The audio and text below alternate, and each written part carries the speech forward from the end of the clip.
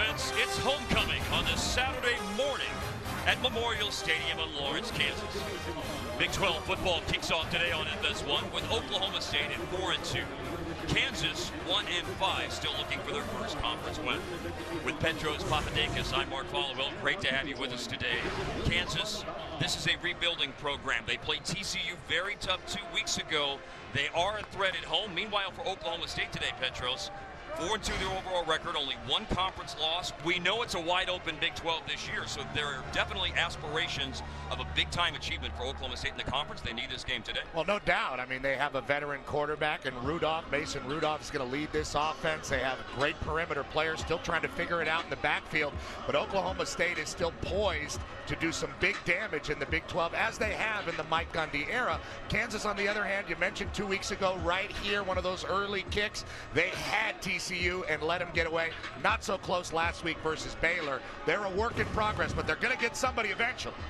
Mike Gundy from Midwest City, Oklahoma, is the head coach for Oklahoma State, closing in on 100 wins, 98 going into action today. David Beatty from Dallas, Texas, 1-17. It is a big-time rebuilding project that he has undertaken here in Lawrence, Kansas. A win earlier this year over Rhode Island after an 0-12 season last year. Still looking for their first win under David Beatty against an FBS school. Kansas won the toss. They deferred their option. Oklahoma State will be on offense first. Here's Matthew Wyman, who came so close to hitting that game-winning field goal against TCU. He's got a big leg as he demonstrates with the opening kickoff going out of the end zone, and the Cowboys' first possession of the game will open up at their 25-yard line as Oklahoma State takes the field on offense. Let's look at what to watch for, Petros. Well, the running back situation for the Pokes is interesting. Justice Hill is very good. He's a slasher. He makes plays, but he's just a freshman. Picking up a blitz is very difficult for him. We'll see Chris Carson a little bit as well. He's back from a hand injury. And this Kansas defensive front has been very good. Dorrance Armstrong's a guy who can win one-on-one and get after Rudolph in the backfield. Last week was an off week for Oklahoma State after a comeback win against Iowa State at home 2 weeks ago.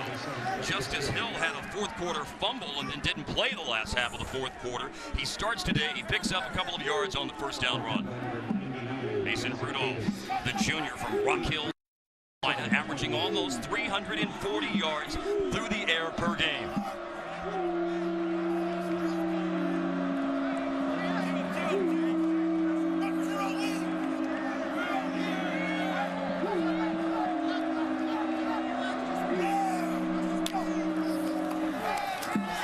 Delay handoff. Justice Hill weaving up near the first down marker. It does have enough over the 35-yard line for a first down before the hit is delivered by Fish Smithson. We talk about it all the time when it comes to a young running back. Running the ball is not the biggest problem because you don't have a lot of time to think. If you're talented running the ball, then you're talented running the ball. You saw Justice Hill. It's picking up blitz, identifying linebackers, knowing your route tree. That stuff is more of a challenge, and it's still a work in progress for Justice Hill. Good start, though. 2 runs, Petros, and he's picked up 11 yards. Hill, a freshman from Booker T. Washington High School in Tulsa, and he'll run it for a third straight time. Surging off the left side, up near the 39, a pickup of 3, which is what he had on the first down run a moment ago. There's a marker down, though, on the near side of the field. And we'll hear from Dan Romeo for the first time today. 2 on the play, 2nd and 8 at the 38. Neutral zone, 5-yard penalty, first down. Kansas has been good about penalties this year. Second fewest in the Big 12, 5 a game for about 47 penalty yards per game. That will move Oklahoma State forward 5 yards to their own 41. There was a flag on the play after the penalty. First and Oklahoma 5 State, at the 41. very interesting offense. You know, we call all these offenses air raids in the Big 12 and some other places, but everybody has their own wrinkles, and Mike Gundy is certainly no exception there. Rudolph still hasn't thrown the ball. A steady diet of turning and handing it off to Justice Hill, that is, on 1st and 5. A run up near the first down marker. Picked up 4, another tackle by Smithson at safety. Over 400 yards, 3 touchdowns. They don't throw it to him much. Just 3 catches out of the backfield for Justice Hill. But now going in is Chris Carson. Missed the last 4 games with a hand injury suffered against Central Michigan. He was their leading runner last year. And this will be a reverse. James Washington. Washington gets a block from Jawan Seals and then bumped out of bounds in Kansas territory by corner Marnez Ogletree at the 45. Now this is just a stretch zone look that Oklahoma State runs a whole bunch of. Washington comes around, as they call, a ghost very often. That time they give it to him. Turbo offense here. Quick snap pass. Seals pushed out of bounds after a short gain. And that's pretty much what you're going to see every time after Oklahoma State gets a first down. Rudolph so good at getting these guys up to the line of scrimmage and running another play. And usually it's a pass right out there to the flat, usually to Seals or Jalen McCleskey. Seals with his 20th reception this year, the senior from Port Arthur, Texas. They went to the turbo offense, the high-octane up-tempo. Now some substitutions after the 5-yard pass play to Seals. Rudolph a lot of time. Now the pocket collapses. He steps up and does turn that into positive yardage. A couple of yards before being wrapped up by Damani Mosby. And a good job by defensive coordinator Clint Bowen bringing somebody over the top. You see Fish-Smithson not in the area. Brandon Stewart over there taking on Washington, and Mason Rudolph had to tuck it and run, but he's a big, strong guy, and he can lean forward and get good yards. I like his ability to run. It's a nice wrinkle that Oklahoma State has. 6'5", 235 for Rudolph.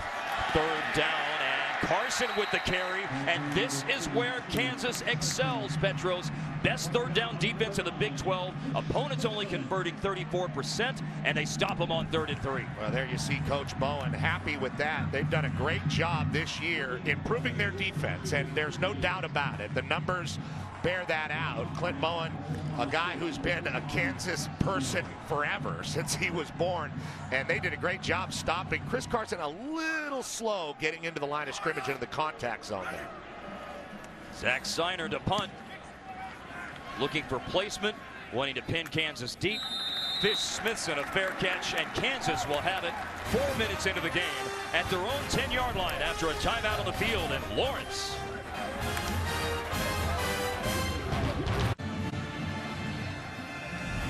FS1 College Football is presented by Verizon. Beautiful campus in Lawrence, Kansas. Kansas Jayhawks, Oklahoma State Cowboys. Kansas on offense for the first time. Let's look at what to watch for. Well, you got Laquiviante Gonzalez. He plays that Jalen McCleskey role, catching the ball and running after the catch for Kansas. And Jordan Stearns back from a hip injury after 31 straight starts. He missed last week. He is an eraser. Great one-on-one tackler in the secondary for the Pokes. And another thing to watch for is that Montel Cozart starts today at quarterback after Ryan Willis started the last 2 weeks. Cozart throws the ball from the 11-yard line. The aforementioned Laquiviante Gonzalez Petros with a catch up to the 20-yard line as Cozart makes his 15th career start back under center to open the game after Willis's struggles, particularly with interceptions in the last 2 games. And they like his mobility. Kansas has really struggled protecting their quarterback, and they need a guy that can run around and get rid of the ball. Cozart hasn't given up a sack all year to himself. 2nd down and 1. Gonzalez catches again. The transfer from Texas A&M, from Cedar Hill, Texas, has more catches than anyone does for Kansas. That's his 38th grab of the year, and it should be good for a first down to the 22. Now this Kansas is also an air raid offense, as David Beatty has taken over completely, and his handprint is all over it, but they do not have the same ability as Oklahoma State to go as quickly as they want to. You're going to see a lot of looking over to the sideline and checking plays as Beatty will change it after he sees the look. And a lot of horizontal aspect of the passing game as well. But now Cozart will make a long throw toward the sideline, looking for Gonzalez. That would have been a first down had he caught it. But Trey Flowers back on coverage to break it up, the junior. Trey Flowers, long and lean and a very good-looking safety with good ability to really stretch that body out and tip the ball. I tell you what, Gonzalez was right behind him. If he makes that catch and comes down on his feet, he might turn around and go forever. Gonzalez has great speed. Saw that earlier this year when he ran a kickoff back for a touchdown against Ohio. Kansas's 4th play. And they're running for the first time. And not a lot of room to run inside for Denzel Evans. Devontae Averett with a tackle. Evans has only carried it 15 times this year. 4th in terms of the running game amongst the 4 running backs who rotate in. He's a transfer from Arkansas. 3rd and 11 at the 21. Just 32% on third downs, and it's not a very good third down situation right now for Kansas. But there was movement on the defensive line. This could be a free play. It's a pass to the sideline, a back shoulder fade that was too far to the back shoulder. But again, keep in mind the marker down. Not a bad try. I've seen that work out the opposite way, where you catch the defense, but the flag doesn't go. Offside. Defense. Number 93 in the neutral zone at the snap. 5-yard penalty. 3rd down. And they got Jarrell Owens right there in the neutral zone, and a good use of the snap count by Montel Cozart. But I've seen it go the other way, where you think you got him caught, so you throw it down the field, it gets intercepted, and you wonder why they didn't throw the flag. That time the flag came out. Good job by Cozart trying to get the back shoulder to Sims, because there was nothing to lose. They still have work to do for their own 26. They need 6 yards on 3rd down. And swinging it out in the flat, and nowhere to go. Big tackle by Ashton Lampkin on the short pass play, and Kansas does pick up a 1st down. Now they'll have to punt. Cole moves, last week's Big 12 Special Teams Player of the Week. The 82-yard punt that he had also was coupled with a 74-yard punt. The 82-yard punt, the longest in FBS this year. And he got a lot of this one. Back to the 20-yard line. Here's Barry J. Sanders. He does break one tackle, stumbles forward to the 33-yard line. Good punt, fair return. Oklahoma State will be starting just outside their own 30. Their offense with their dynamic duo, quarterback Mason Rudolph, wideout James Washington. They'll take the field for the 2nd time after this.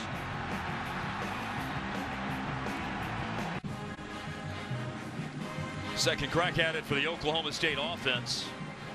Picked up a couple of 1st downs and then stalled out inside the Kansas 40 on the last drive. Big Game James from Stamford, Texas.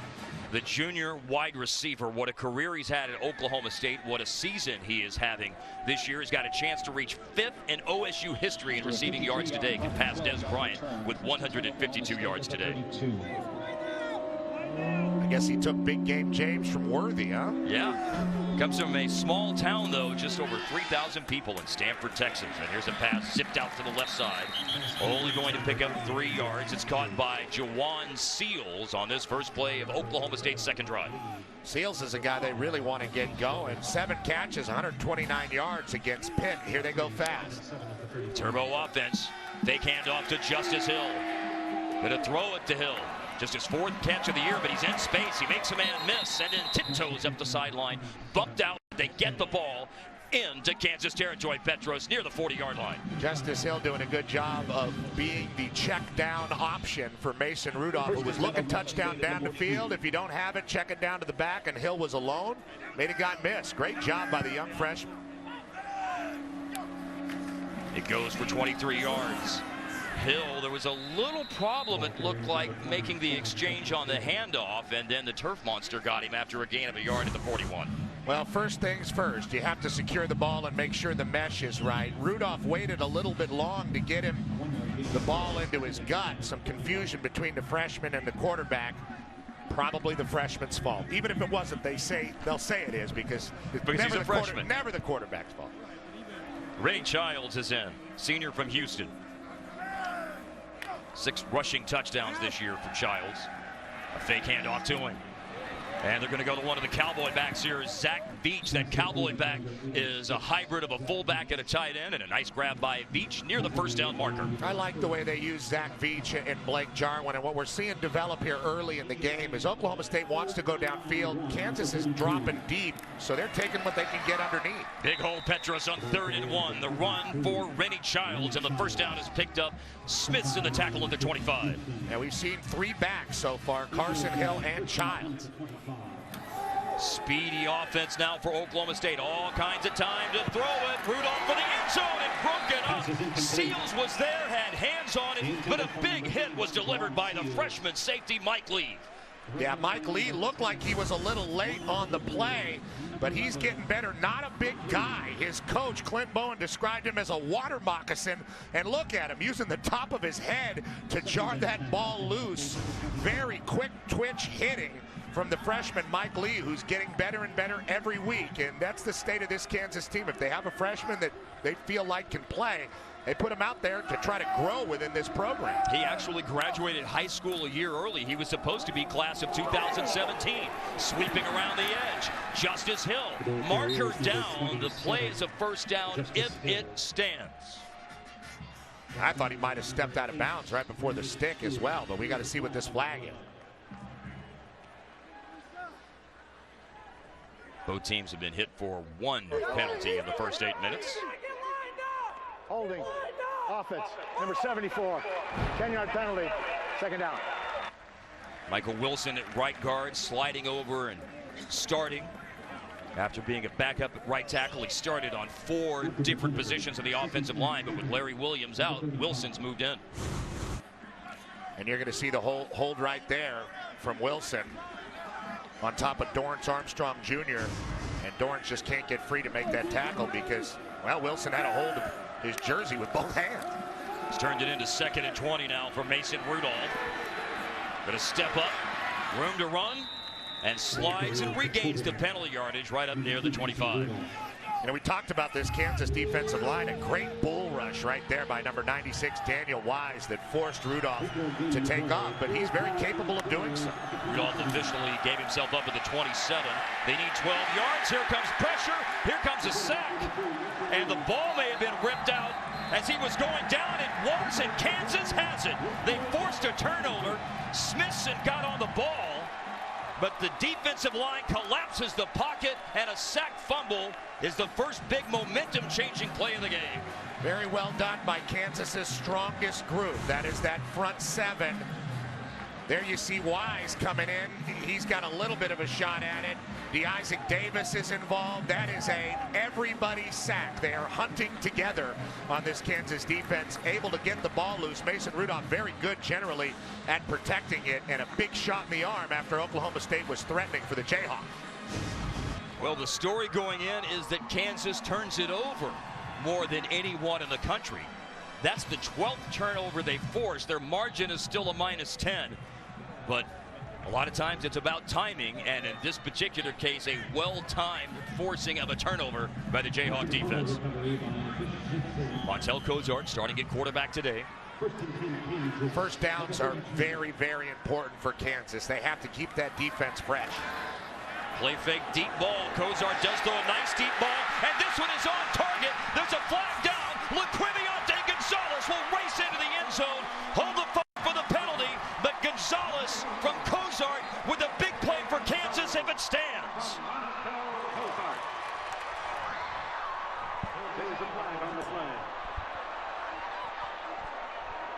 There was hand fighting.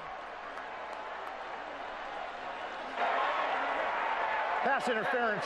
Defense. Number 7. Penalty is declined. Result of the play is a touchdown. It was Ramon Richards that got beat. Liquiviante Gonzalez, not generally the deep threat, but they catch him off guard. Pretty good play fake. And Cozart really throws it up there like a balloon, but it found the hands of Gonzalez. Richards trying to stop him and take the penalty to no avail. Huge play for the Jayhawks on homecoming. Matthew Wyman's extra point. It's 7-0, almost 9 minutes in. It was a turnover forced by pressure. Rudolph had it stripped away by Smithson, and so many times the first play after a turnover. You go for the big play, and it works for the Jayhawks. They have a 7-0 lead on homecoming against the Cowboys.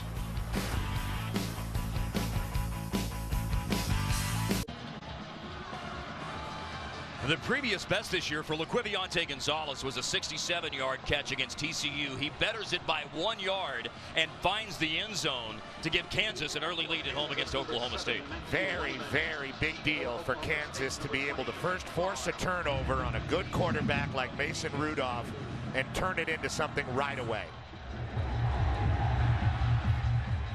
Another kickoff by Matthew Wyman into the end zone for a touchback. Well, here's what happened. You see Trey Flowers, the safety here. He's going to cheat up, which leaves Quiv all alone with Ramon Richards. Cozart sees it after the play fake and just puts it up and gives Liquiviante a chance. Ramon Richards knows he's beat, so he tries to hold him, but Liquiviante gets away. That bump coverage really came back to bite OSU, and the defense fired up for a change. That offense turning their turnover into quick points. From the 25. Hill running the ball. It's been a steady diet of the run game early on for Oklahoma State. That will smash into the middle for 1 yard as we look at the forward keys to the game. Well, Oklahoma State's got to wake up. Early kick in Kansas, create your own environment, and they have not so far. For Kansas, they just need to be efficient offensively. That big play was great, but they have to eliminate turnovers, obviously, penalties. It's been one thing or the other for Kansas that's held them back this year on offense. The efficiency of the one-play drive a moment ago. Marker down on 2nd and 8. Rennie Childs is into the game at running back. He caught the pass out of the backfield as the check down option. Wrestled down by Brandon Stewart. A marker is down.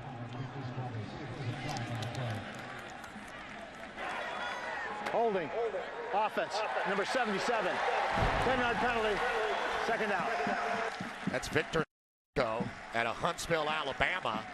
Big guy, 6'6", 335. And right now, this Oklahoma State offensive line is having all they can handle from the Kansas front. No doubt Gundy's concerned. Clint Bowen, defensive coordinator for the Jayhawks, has got to be elated with the way his team has come out. The Kansas defense is in the top 10 in the country in tackles for loss, with that defensive line being a big reason why. Saleko's penalty has moved Oklahoma State now back inside their own 20. 2nd and 18 after 17.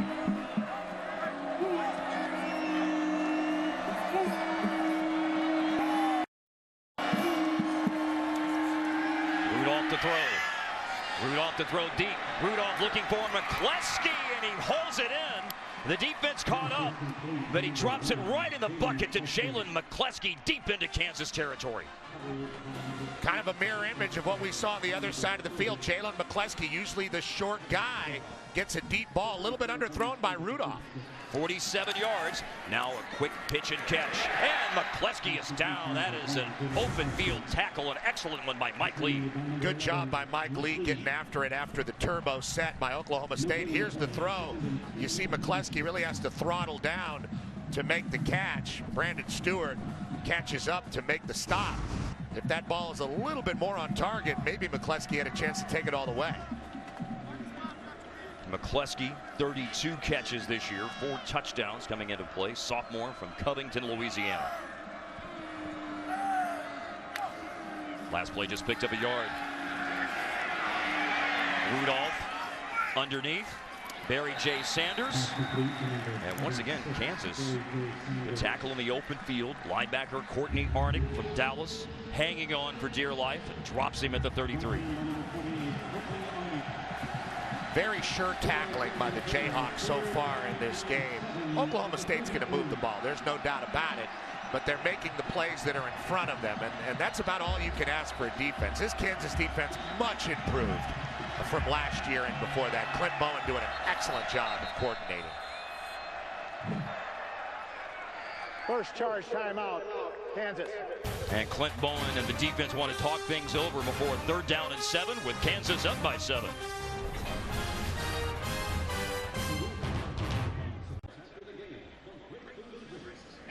Clint Bowen's Kansas defense has kept Oklahoma State off the board so far. Bowen played at Kansas. He's been on the staff here for 18 seasons, including a half season as the interim head coach in 2014. And Bowen, along with defensive line coach Michael Slater, who came on board, have helped this defense make dramatic improvements in several statistical categories you see here from last season. Yeah, those numbers are pretty glaring about how they've improved, and they've done it by creating competition on the field. If there's nobody behind a guy who's not playing well, there's not much you can do as a coordinator. Bowen now has some pieces to move around a little bit, especially in this front four that's getting a great push right now on this Oklahoma State offensive line.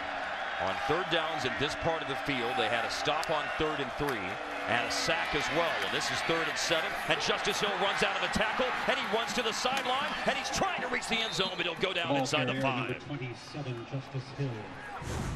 Really nice job by Justice Hill getting by first the contact zone breaking the tackle from the linebacker, Arnick, and finding the sideline. First and Both goal, safeties Oklahoma had a State, shot just at it, outside the Fish one. Smithson and Mike Lee. Good run and a nice third down conversion by the Pokes.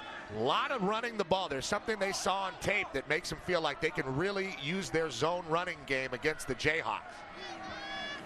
Well, the bump out of bounds by Smithson and Lee prevent the touchdown, but they're on the lip of the cup, running the ball into the end zone. It is a touchdown, first and goal from the one. Chris Carson has scored for the second time this year, and Oklahoma State is on the board.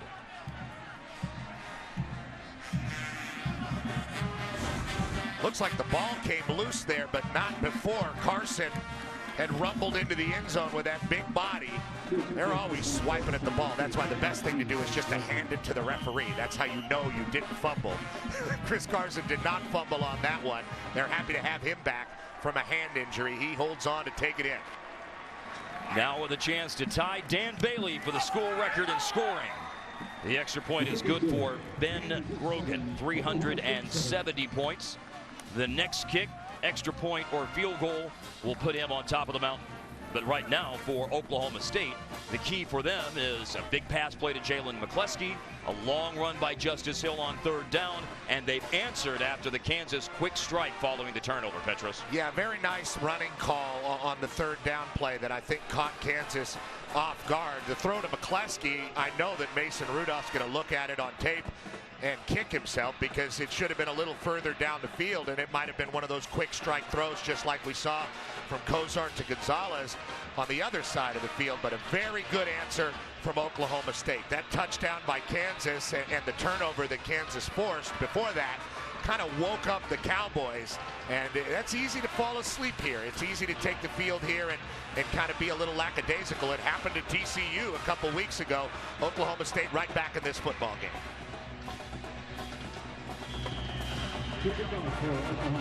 Matt Amendola kicks off. Grogan's had 2 surgeries during his career. He's had hip problems at Oklahoma State to take some of the load off of him. Amendola handles the kickoffs, and this one will go 3 yards deep into the end zone, and it is down. Nice leg by Amendola, the redshirt freshman from Lansdale, Pennsylvania.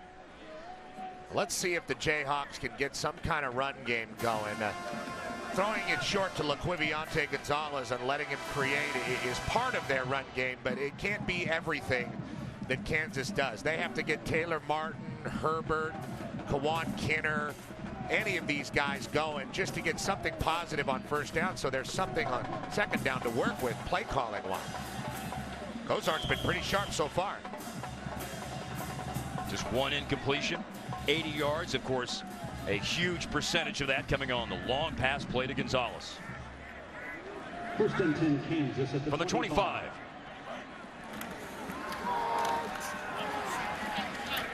A running play up the middle. Number 24. Taylor Martin with his first carry of the day to the 29. And this is the back that scares Glenn Spencer, the defensive coordinator from Oklahoma State. Taylor Martin can do some very good things at a Fort Worth, Texas, Dunbar High School, runs a 4.3 40. So he is a big play threat. A little bit too much of a pause right after he got the football. If he just kept it right behind that offensive line, he had a couple more yards there. Runs for 4. He'll have another crack at it. There's a hole. He heads to the outside, and he stood up shy of the first down. A hit delivered by Ashton Lampkin and run support from the cornerback position and keeps Kansas from reaching that first down marker. Well, you see how alive his body is. He probably had another step to take to sell the front side of that play before he cut it back. But he is getting his sea legs under him, just a sophomore, and he could be a really good one for Kansas as the years roll forward. The tackle by Lampkin results in 3rd and 1. Martin hits the hole hard on the handoff and does go over the 35 for the first down, Petros. And that's how you get a running back going. That's how you find out if this guy really wants to be out there. You know, in today's day and age of running backs by committee, and both of these teams are no different, you give a guy 3 or 4 carries in a row and see if he really wants it. He was close to the first down, so let him go get the first down on 3rd down and leave him in the game. I like it. A chance for a 4th straight carry. Let's see if they go that direction. They do. Cozart hands it off. Steps away from Jordan Burton. 2 flags hit the turf. If it stands, it's a run of 5. The way those markers came in, you would have to think it won't stand. Now they're going to get a hold of it, and some of that's on the running back. You know, when those running backs bounce it outside, everybody shifts, and it's hard for the offensive linemen to keep their hands in. They're expecting the running back to go one way, and when the guy takes it to the sideline, you have to mirror what the defender's doing. Offense, number 62, 10-yard penalty, first down. And they got DeAndre Banks, the right tackle. Here he is.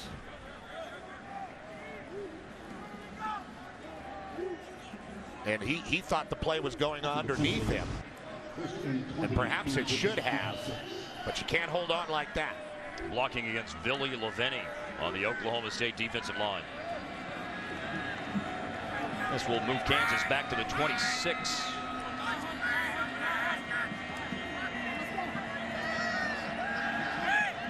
All that hard work erased by one holding penalty. And now 1st and 20 for Montel Cozart and the Jayhawk offense. And it's thrown to the sideline, and another marker comes in.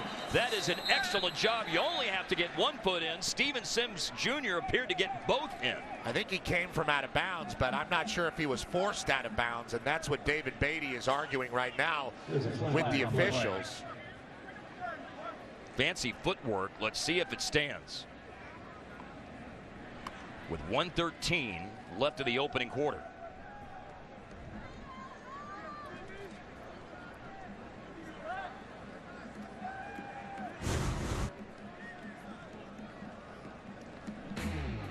Dan Romeo and the crew looking at it.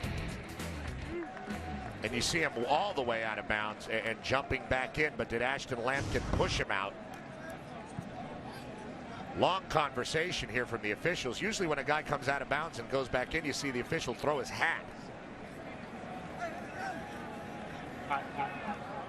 There were 2 fouls by the defense. Pass interference, defense, number 6. That penalty is declined. Personal foul, face mask, defense, number 95. That penalty will be enforced, 15 yards, automatic first down. Well, 1 penalty did a lot of damage to Kansas, but they get the gift of the 2 infractions called on 1 play. They'll accept the personal foul face mask on Billy Leveni. Yeah, the hat did not come off because Ashton Lampkin pushed Sims all the way out of bounds. Sims is the best receiver on this Kansas team, and they're going to be trying to target him throughout the afternoon as things develop here.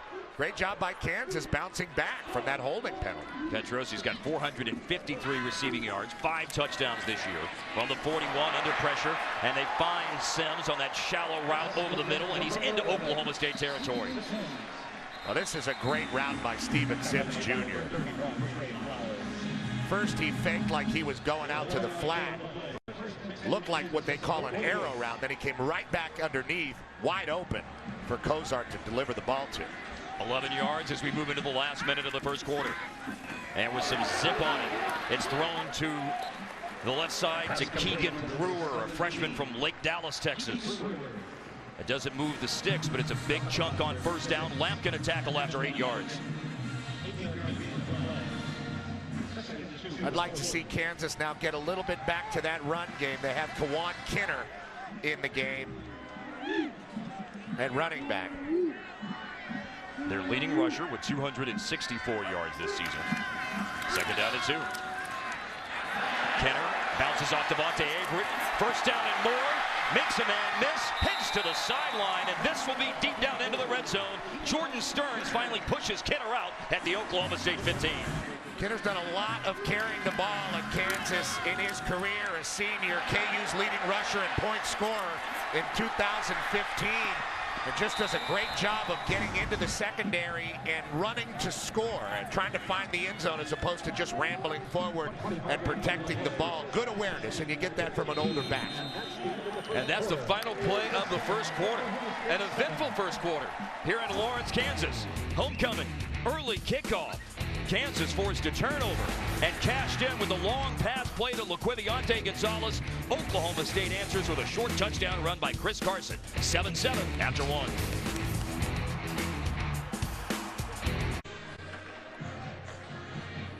Well, the scoreline is even, and the statistical numbers would reflect that evenness through the first 15 minutes. Oklahoma State outgaining Kansas by 30 yards.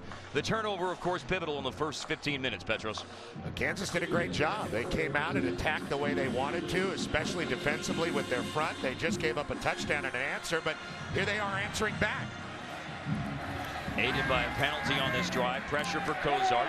Low throw, but caught. Turned inside by Steven Sims. This first down set of downs starts at the 15. That gains 6. Look at the back here. Pick up the blitz and really allow Kozart to get that ball out. Big block. Just enough of a piece of Chad Whitener from Kawan Kinner to create that play. Kansas knocking on the door. They're at the 9. Joe Gibson snaps it back. Kozart flares it outside. Sims tiptoes out of bounds. Good closing speed by Devontae Averett, the senior linebacker from Detroit, tied for the team lead in tackles. Overall, Stearns leads in tackles per game.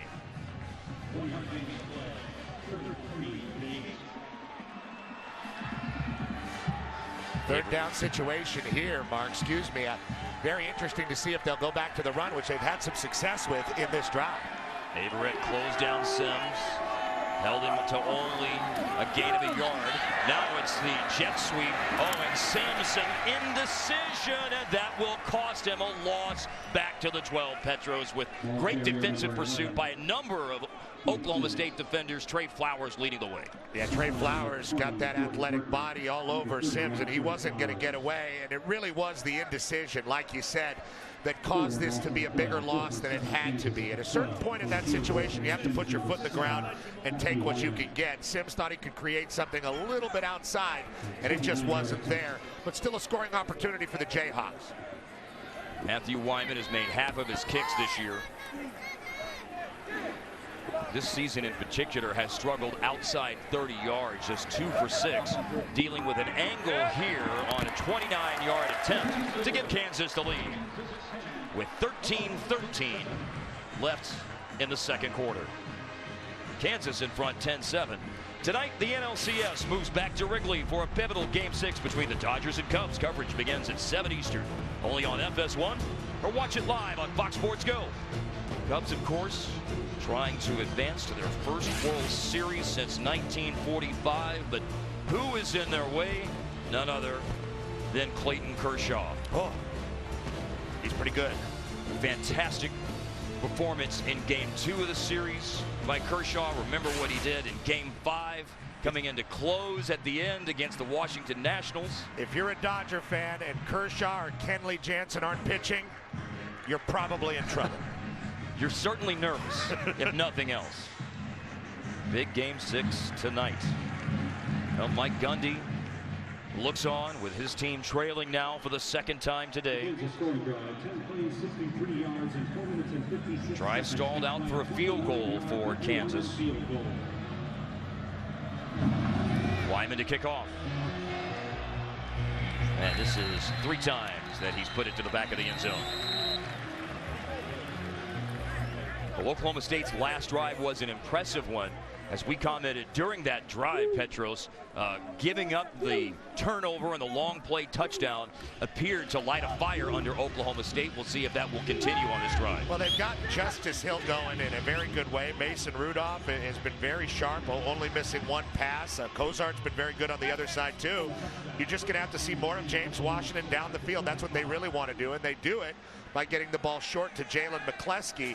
They've got some pretty good balance going. We have not seen the 3-back backfield that we saw a whole bunch of in the last couple weeks with Oklahoma State. More of a traditional Cowboy look so far. Remember, they had to rally from down 17 with 24 unanswered points in that last game against the Cyclones. A burst off the right side, then cutting back Justice Hill. And this will move from the 25, and they'll put him down around the 38 or 39. Well, this was created by the lead block. You see him coming through there. Zach Veach getting to the feet of the defense and creating that hole for Hill to cut up, and a nice sharp cut by Hill, ensuring the first down. Oklahoma State serious about running the ball in this game. And they put Chris Carson back in, their leading rusher last season with 517 yards. Mr. a big chunk of the season with a hand injury sustained against Central Michigan. Officially, that was 13 yards for Justice Hill. Rudolph a lot of time, but now that time goes away. Stood back there for a while, but then the rush from Isaac Davis, the junior from Wichita, with a sack. Here comes Isaac Davis, and there's just not enough time for Rudolph to stand there and throw it as far as he wanted to. It's Marcus Keys that ended up on the outside one-on-one with Davis, and the junior from Wichita just uses his strength and bull rush ability, and once he got his hands on Rudolph, there was no chance. Good job protecting the ball by Mason Rudolph. He's had one fumble in the game. That moves them back now to the 30 with a second down and 18. This time, he'll roll out of the pocket and throw on the move, and a low throw is incomplete, looking for Blake Jarwin with Smithson back on coverage. And that ball was almost intercepted by the cornerback, Brandon Stewart, who had a pretty good angle on it. He kind of broke to the ball more quickly, and that's just a bad throw by Rudolph. Trying to get it to Blake Jarwin. We're getting Jarwin more involved in the passing game. Recently had a 4-catch game against Texas for 50 yards. Third down and long. Rudolph standing in there. Rudolph flushed. That's a tough throw. Right-handed quarterback headed to the left like that. Tried to throw across the body. Damani Mosby, good pressure. Incomplete pass. Kansas defense delivers a 3-and-out. Or one first down and then the stop. Beg your pardon. There you go. The Cowboys really should be more dedicated to the run. That's where they've had success. And if they try to drop back those 7 steps and make those plays with Rudolph down the field trying to get Washington involved, they're not able to protect their quarterback so far.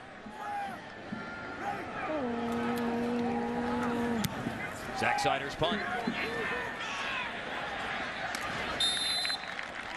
Fair catch by Laquiviante Gonzalez at the 19. Montel Cozart will lead the Kansas offense on the field. After this, they're up 10-7.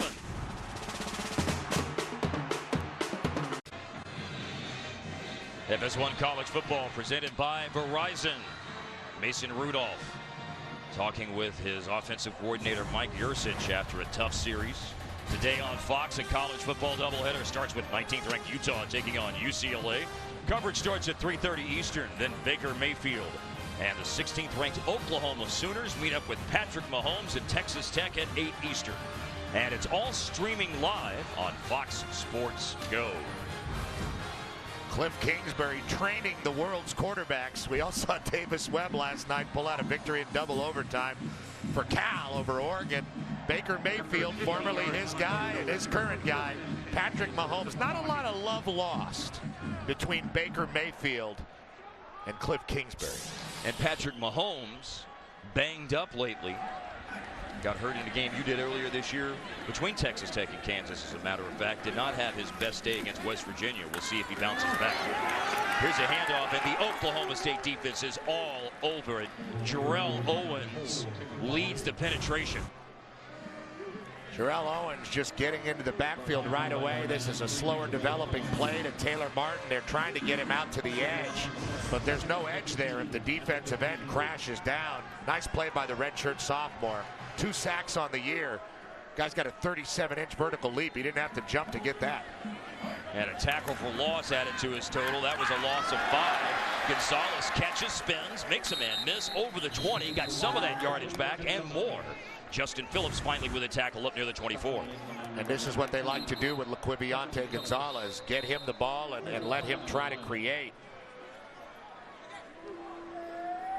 Kansas wanted to go high tempo, but they have to stop because there's a marker down.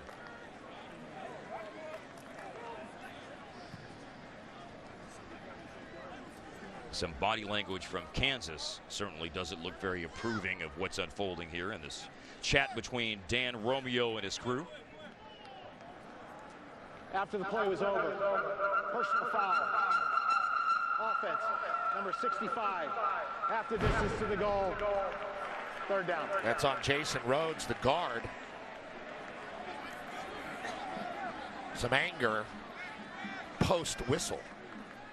Well, talking with David Beatty yesterday, I mean, these are the kind of mistakes that just drive him crazy in his second year.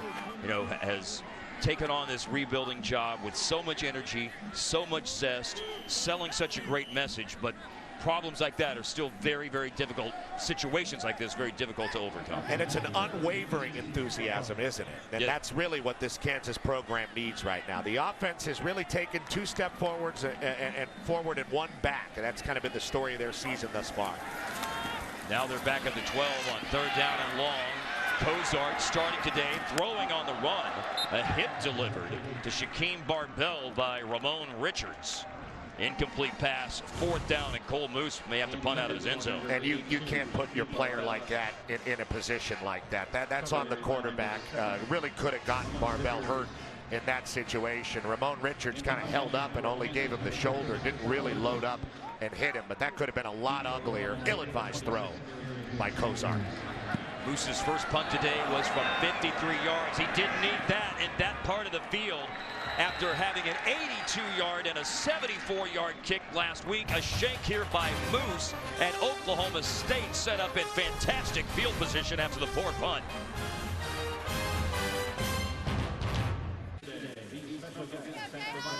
At home in the second quarter, Kansas leads Oklahoma State 10-7. It's time now for a Carl's Jr. and Hardy's game break. Here's Mike Pomerantz. Mark Petros, NC State, number 7, Louisville. Heisman hopeful Lamar Jackson. Hot again today for the Cardinals. Late first quarter, he'd find Jalen Smith 74 yards and the score. Jackson also ran for a touchdown today. 32 total TDs on the year. Cardinals leading the Wolfpack 20-0. They're in the second. Mark Petros. What a season for Lamar Jackson. Pretty player. Absolutely. It has been a good season, including winning Big 12 Special Teams Player of the Week last week for Kansas punter Cole Moose, but a shank of 22 yards gives Oklahoma State the ball at the Kansas 34-yard line with a run to the outside and a tackle by the ankles of Justice Hill made by Fish Smithson, the leader last year in the entire country in solo tackles, and we see why. Yeah, second team all Big 12 last year, and leading the team in tackles this year. He's got a couple of picks as well. He is the leader, or the straw that stirs the drink for this Kansas D. A really sure tackler. Great job of avoiding the block by the fullback and getting to the feet of the tailback. Smithson, a senior from Baltimore, and Hill running, cutting on 2nd down. That time he does run out of the tackle and out of another one, and then a big hit delivered along the sideline. Mike Lee, the safety. And these are the kind of things that you just can't teach a back. The ability to protect the ball and then create a nice lead block by Zach Veach. And he decides to take it all the way across the field. Say they're hitting out there right now, but these Oklahoma State running backs, in particular Justice Hill, have really been up for the challenge so far this morning into the afternoon. 23-yard line of Kansas. McCleskey in motion, and will go on the jet sweep. And it's strung out, and he's down thanks to Courtney Arnick and Mike Lee right at the line of scrimmage. Really good recovery by Arnick and Lee in that situation. It looked like there was a big push, especially with Blake Jarwin out there leading the way and some room for McCleskey, and all of a sudden it was erased. Good job by Kansas coming up and making that hit, but Oklahoma State is moving this football, and they're doing it by running primarily. McCleskey does run the ball every once in a while. That is his 3rd carry this season. But now McCleskey's lined up out wide on the left. Washington is the man on the short side of the field, and Hill is the running back. And the play clock is winding down. Delay of game. Offense. 5-yard penalty. 2nd down. Don't expect that from a Mason Rudolph, Mike Gundy-led offense. That's not something they do very often. And we'll move them back to 2nd and 14. And the junior standout, one of the best receivers in the nation, has not been targeted today, James Washington. He's being bracketed. They have somebody over the top, and that's why you see this running game for Oklahoma State working. It is pulling a safety out for the Cowboys. 2nd and 14 after the delay of game. Hill running, nowhere to go.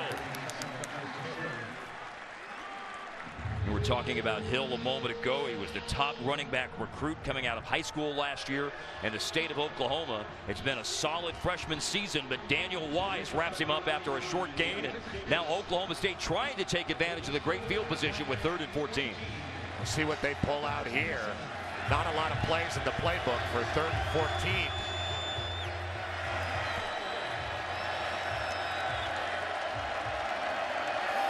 At the Kansas 27. Rudolph underneath. Caught by Chris Carson. In the open field, he's bumped out of bounds by Brandon Stewart. Stewart did just enough to get in his way, Petros, to keep him from attaining the first down, 2 yards short. It didn't look like Stewart had much of a chance to tackle Carson there, but he did get him out of bounds, but Carson got enough of it to where Mike Gundy wants to go. Midway through the second quarter, in a 3-point game. Now, here comes the field goal unit.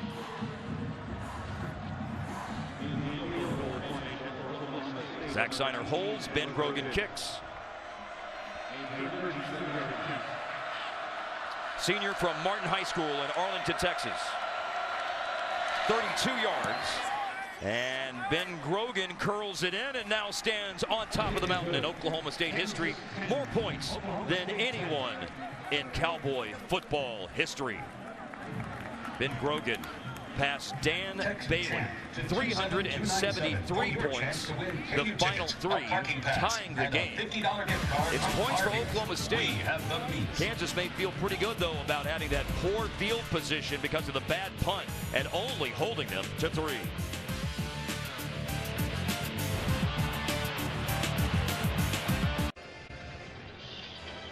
Ryan Willis had started the last 2 weeks at quarterback, but today Montel Cozart has regained the starting position at QB. He's engineered 2 scoring drives.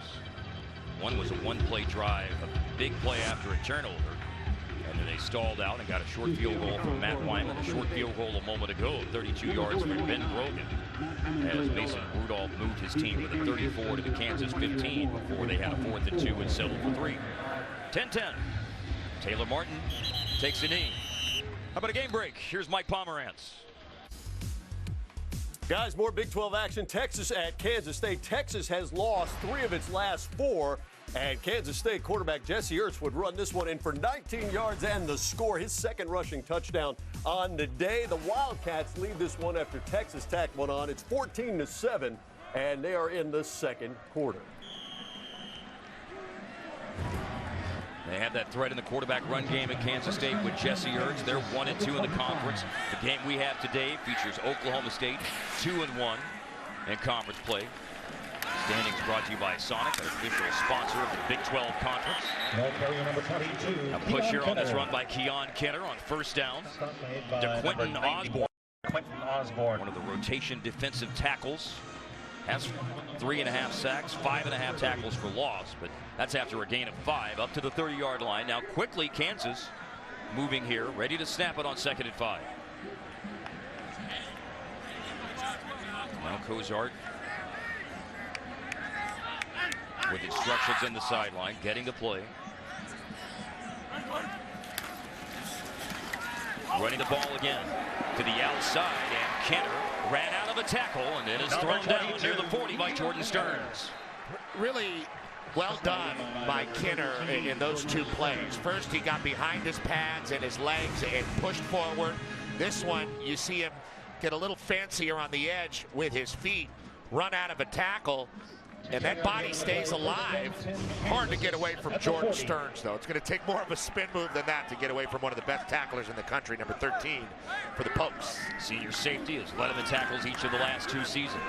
Martin got a little off balance, but still found the edge. And there is Stearns again, and body slams him down on that tackle at the 48. He said he was an eraser, and he's waiting to clean up the mess, but still a very productive run play. This time Taylor Martin, the sophomore, gets again to the outside after sucking everybody into the A-gaps. Stearns was waiting. That was a wrestling move. Martin paid the price. That was a takedown by Jordan Stearns. Cozart standing in the pocket. And a wide open receiver is Steven Sims Jr. A couple of steps up the sideline and steps out of bounds. near the 25 of Oklahoma State. Got away from Ashton Lampkin there, and that was a great throw by Montel Cozart. I didn't know he had it in him to throw that big boy out from the opposite hash, and there it is. It's kind of a creation play. Sim stays alive for him. Good job of getting it out there by Cozart. Put some zip on that one. It's 26 yards to the Oklahoma State 26. Cozart in Kansas, first down in a tie game. And again, zip to the sideline. But it's an incomplete pass. Looking for Jeremiah Booker. The intended for number 82, Shaquem Barbell. Under 5 minutes to play in the first half. Barbell was the intended receiver. And that was on Barbell. I think he had to catch that and drag that foot. Just not enough control in the legs to make it a complete pass. Only the second incompletion. And here's a back shoulder throw. There was contact. You could hear some gasp and oohs and ahs. Let's see the matchup here between Sims and Ashton Lampkin. Well, did he throw him down before the ball came or after? He's got an arm on him, but it looks like the throw down that really got the crowd going was after the ball. They could have thrown a flag there, but it might have been a little ticky-tack. Penalties have told a significant story at times in this game. There was a big pass play to Sims that put Kansas here at the 26, but two incompletions, both down that left sideline. Leave them with a 3rd and 10.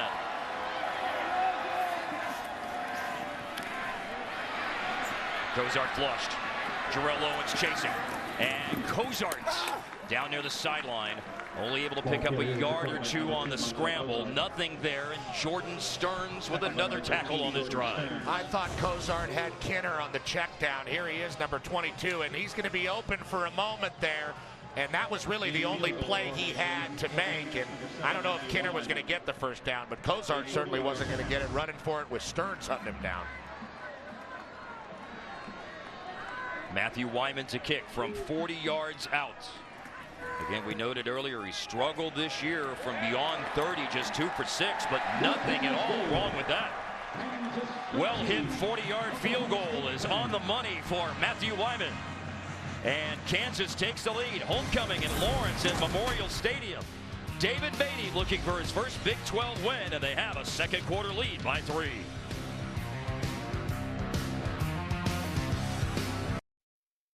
Coming up on the State Farm halftime, the Texas struggles continue. Lamar Jackson makes more Heisman statements, and we're going to discuss the diverse collection of QBs in the Big 12. Is Mason Rudolph the best of the bunch? Mark, Petros, see you at the break. Rob, today Montel Cozart trying to insert himself in that discussion. He's engineered 3 scoring drives, 1 a long touchdown pass, a couple of field goals, and the underdog Jayhawks at home lead Oklahoma State by 3. After a Wyman 40-yard field goal, the first returnable kick today, Mary J. Sanders caught it at the goal line. And this is the longest kickoff return this season now for Oklahoma State. Petros, they were the only team in the country that did not have a kickoff return of more than 20 yards. But from the goal line up to the 26, so certainly not a big play, but better than anything else that they've had this year in the kickoff return game for the Cowboys. Interesting, because it has really been special teams and special teams touchdowns, and creating on that phase of the game has really been a staple of Gundy's program over the years at Oklahoma State. Very interesting they haven't been able to figure it out with the kickoff returns this year. And the longest one there, 26 yards. Zach Veach is the Cowboy back. Hill is the deep back. Rudolph wants to throw it. Has a good pocket, has a lot of time, has an open receiver, delivers a strike. Jalen McCleskey out of bounds deep in Kansas territory. Well executed play by Oklahoma State to the Kansas 35. You see McCleskey's going to run that post corner route and was pretty open the whole time. It was the action in the backfield, and they've had a lot of success running the ball that kept the Kansas defense occupied. They've had some big plays in the past, but they have not been able to really capitalize and move the ball down the field as quickly as they like to. Really not the Oklahoma State offense we're used to seeing down in and down out right now. McCleskey has a 47-yard gain today in the passing game. That went for 39 yards. And that is Mike Lee down there on the sideline with the injury. He is a freshman out of New Orleans. very good safety, very good young player for this Kansas team, and they need him out there. We've seen him make plays, including knocking a ball loose on what would have been a touchdown. And you see him going after McCleskey's feet, and it looks like he came down awkwardly on one of those shoulders. But he's up. Not a big guy, but certainly plays with a lot of explosiveness. And again, a young freshman. He graduated high school a year early and was cleared to join the team and play and participate in camp in August, and is now a starting safety as a freshman for the Jayhawks. This is a lateral, and it's back to Austin Hayes, and he'll throw it, and it's caught by Jarwin down inside the Kansas 15, dropped at the 12. The Cowboy back, Blake Jarwin. Quite simply, the old double pass. There's Hayes getting rid of it, and not bad coverage, but Blake Jarwin's able to use his big body and make the catch, go up and snatch it out of the air. And the Cowboys are in business here toward the end of the second quarter. Oklahoma State has not led in the game today. Now they have it at the 13. Big hole, Justice Hill racing for the end zone. He's hit right at the goal line and surged down. Touchdown, Oklahoma State for their first lead of the game. And he went right through Mike Lee's backup, who's on the sideline getting his shoulder looked at, Tyrone Miller Jr., sophomore out of Ann Arbor, Michigan. Hill's got a lot of space, realizes he doesn't need two hands on the ball because he's out there in the open field, protects himself, and physically rips through Miller for the touchdown by Oklahoma State. That's more the Cowboys offense that we're used to seeing, scoring quickly and moving the ball. Ruling on the field was a touchdown. The previous play is now under further review. Started when Jalen McCleskey got open on the double move, caught the 39-yard pass. Then the razzle-dazzle wrinkle with Austin Hayes catching the lateral and throwing the double pass. Went to Blake Jarwin to put him down at the 13. Now does Justice Hill get into the end zone? Big collision with Tyrone Miller Jr. Take a look at the ball and take a look at his knees. Knees down. They might. Is that angle conclusive, though? No, that angle is not. Let's take a look at this one. Again, the ball is in his right hand. And he's down. Looks like he's down right there on the 1-inch line. Is it enough to overturn it? Not exactly sure. Of the three angles that we've seen, I would say the middle one was the most telling. Had they called it down on the field, I don't think it would be overturned. And since they've called it a touchdown, I don't think it's going to be overturned. But it looks a little bit more iffy than it did in live action, that's for sure. Nothing iffy about Mike Gundy's hair, though. I'll tell you that. Jeez. The 49-year-old from Midwest City, Oklahoma. Look at that. I think they are going to overturn this. That's what we're hearing. 2 wins away from 100 wins since becoming Oklahoma State head coach in 2005. They've got the second longest bowl streak in the Big 12 right now to Oklahoma. 10 straight trips to bowl games. 2 wins away from bowl eligibility this year.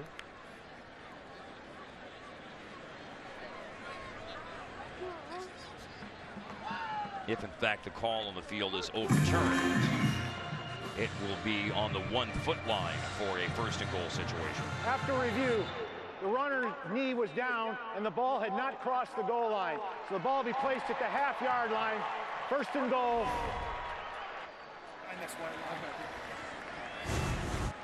This is the telling look, Petros, as we said earlier. And how clear is it? Well, the ball's right there, and it's kind of blocked, but you see the knee down. And here's the line. It's about as close as you can get. First and inches. Now, in this situation, usually you'd see a guy like Mason Rudolph, 6'5", 235, get under center, right? And push it forward. They don't do a lot of that. They'll give it to Hill, who didn't get in the end zone after the review. And on first and goal at the half-yard line, don't think he got into the end zone then. He did not. You know, this is really an issue for a lot of these shotgun or air raid style teams. They have a hard time hunkering down behind their offensive line and getting a big push, especially against a pretty talented defensive front that Kansas has. And just kind of awkward for Mason Rudolph to get under center and try to push it. Here they go again. They'll on second and goal. And there isn't a lot of room there, but there's just enough room for him to carve out space and fall into the end zone for the Oklahoma State touchdown. And I like that they stuck with it and didn't try to get very cute after even losing a little bit on their first attempt at the goal line. That one went through, and that's a good confidence boost for your offensive line, knowing if you need it, you can get the yard, and it might come down to that in this game as the afternoon unfolds. Brought in Mote Miley off the defensive line to provide some blocking in the backfield. And Hill went up the backside of Miley for the touchdown. Ben Grogan extends the lead to 4. Grogan has only missed 1 of 32 extra points this season. 109 total yards today for Justice Hill. 87 of those yards are on the ground. 22 yards through the air. If he picks up 100 yards today, he can tie Barry Sanders as the first Oklahoma State true freshman to have 3 rushing performances of 100+ yards. Anybody out of the field today has half the career that Barry Sanders had. They're a wild success and maybe in the Hall of Fame. Yes, they are. Coming up, the State Farm FS1 College Football Halftime Show. Rob Stone, Dave Wanstead, Robert Smith, and Matt Leinart in Los Angeles. A lot to talk about on this penultimate Saturday of October. Ooh, penultimate. I think I've used that word in a broadcast twice this week. There you it's go. On the mind. It's on the brain. Matt Amendola on the mind and on the brain right now. He's out to kick off for Oklahoma State. Oh, a fumbled return into the field of play. And it is picked up by Emmanuel Moore from Justin Northwest High School just outside of Fort Worth and runs it outside the 10-yard line. Poor field position. Oklahoma State has all their timeouts. Kansas will start inside their own 15. Right now it's time for a game break. Here's Mike Pomerantz. Mark Petros, hey, remember when North Carolina State took Clemson to overtime last week? Well, it's not happening against number 7 Louisville. Lamar Jackson, another touchdown. This one a 3-yarder to Cole Hicatini. Jackson's 3rd touchdown today, 2nd through the air. It is 34-0 Cardinals. They're late in the 2nd.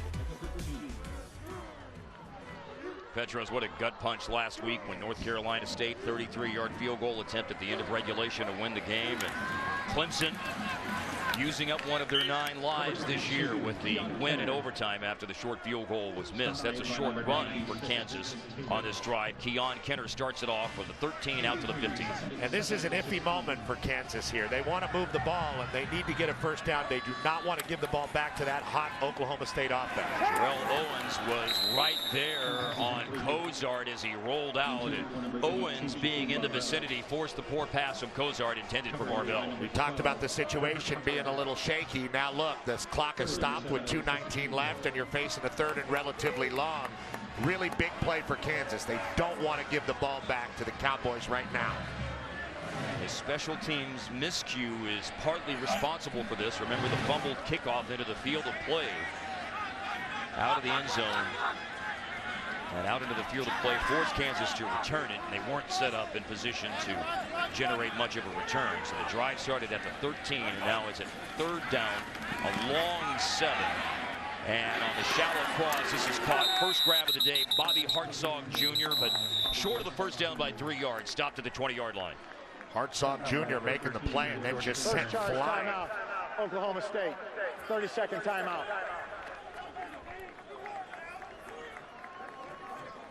Oklahoma State will have 2 timeouts and around 2 minutes, and potentially the ball in good field position.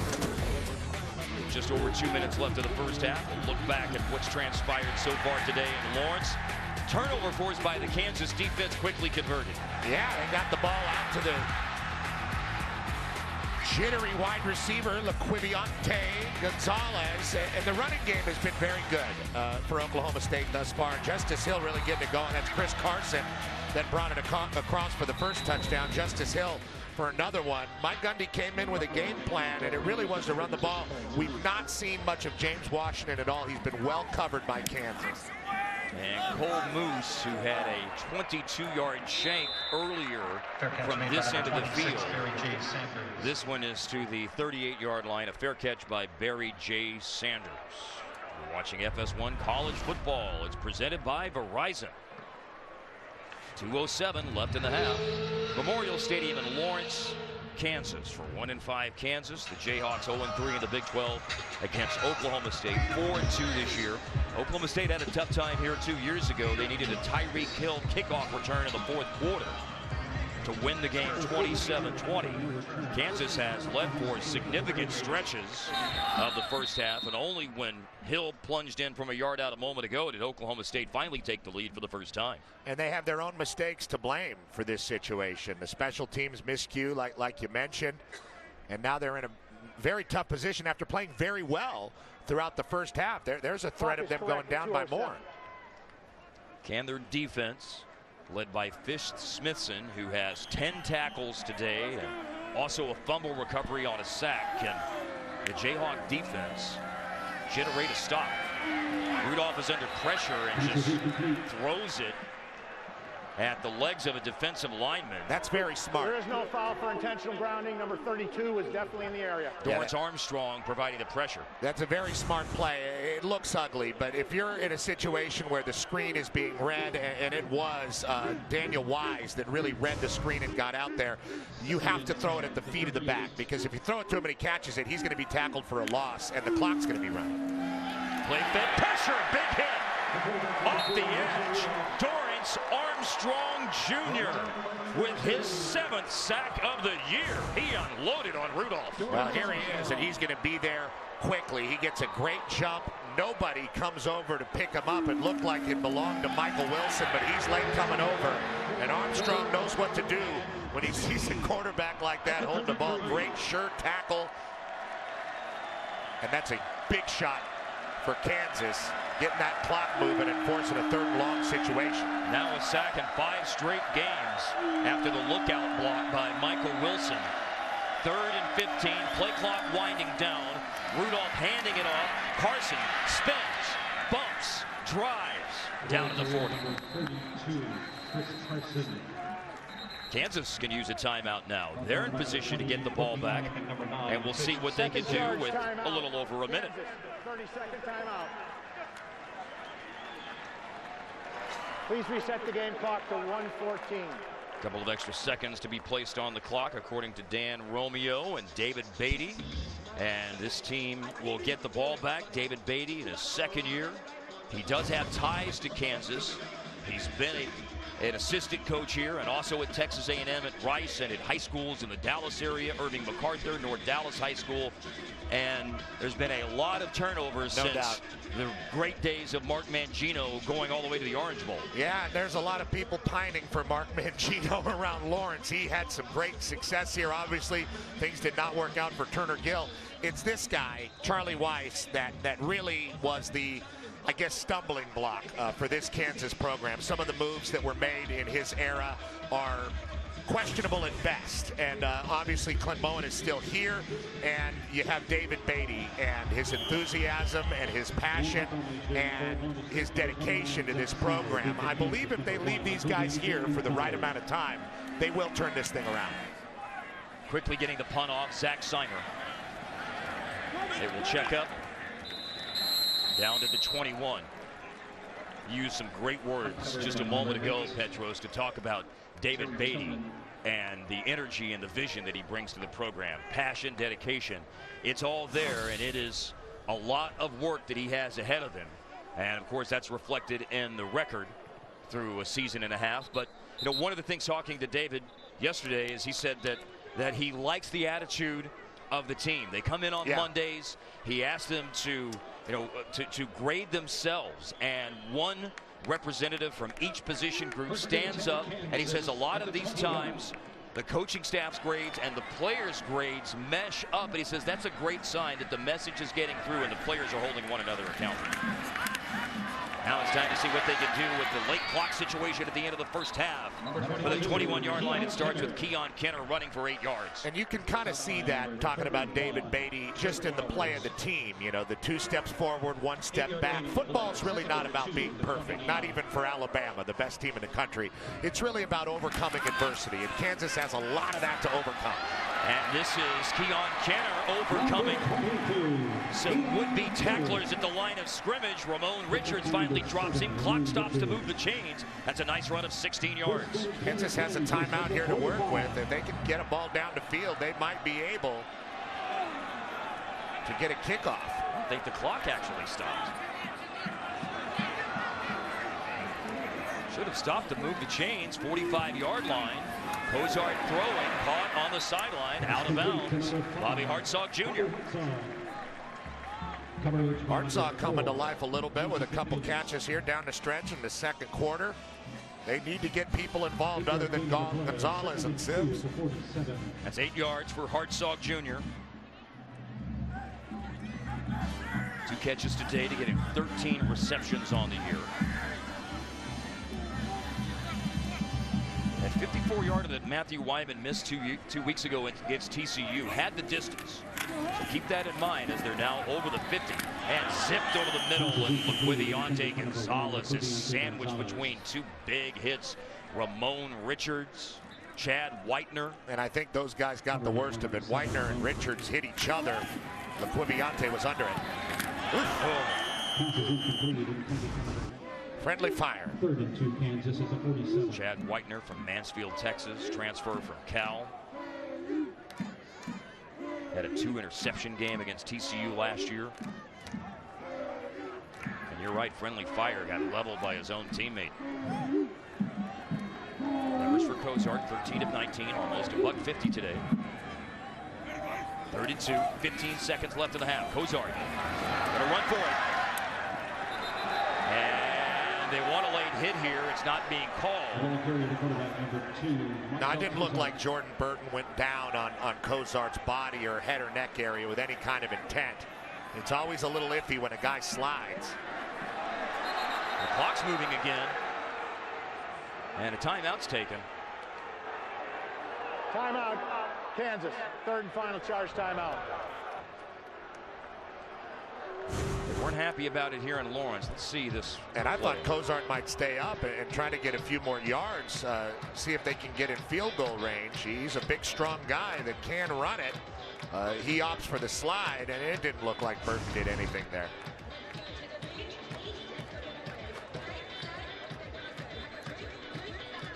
When Cozart gave himself up, it's at the 42. Wyman is hit from 50, but if you're trying a field goal right now, you're talking 59 yards, and there's no evidence that that is something that's in their thought process. Should note that it's a beautiful day here, and kicking into the wind, into it or at your back, that's not a factor either way today. There's a negligible breeze. Please reset the game clock to 5 seconds, please. Kansas will like this. With a big broken hand like that. Look at that. How did he break his hand? Sure, he was putting in work in the weight room or something like that, Petros. I don't know if it's a football injury. Thank goodness he can still kick it, though. And he is going to go for a career best 59 yards. Cole Moose, the holder. Logan Klussman, the snapper. Wyman. Let's see if he's got. We'll have to wait a moment because Oklahoma State is taking a timeout. Timeout. Oklahoma State. 30-second timeout.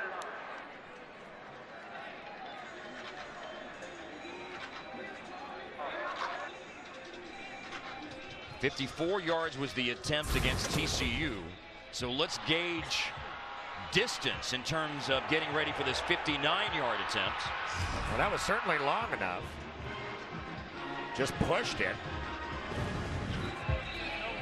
That's when he had 2 hands. Don't know if that had 59-yard field goal distance on it, but it certainly looked like it had 54-yard field goal distance, and as you said, just pushed it out wide right. 5 seconds left of the half.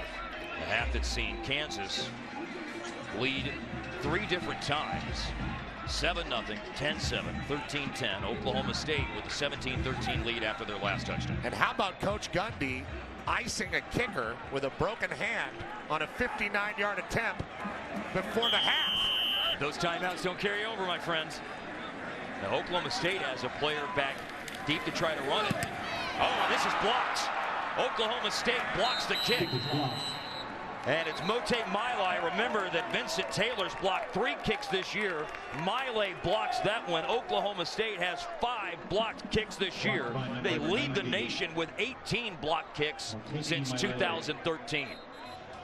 Now there's still a second left. I believe that should be the half. Whenever you're trying to kick it that far, the trajectory is going to be lower, so there's always going to be a chance to block it. Miley doesn't even have to jump to get at it, just puts up that right paw and swats it down clean. Nice push by the Cowboys up front to get it to happen. And there's still a second remaining on the clock. It was first down on the play. The ball was blocked, never crossed the line of scrimmage, was recovered by Kansas. It is second down. Clock will start on the snap.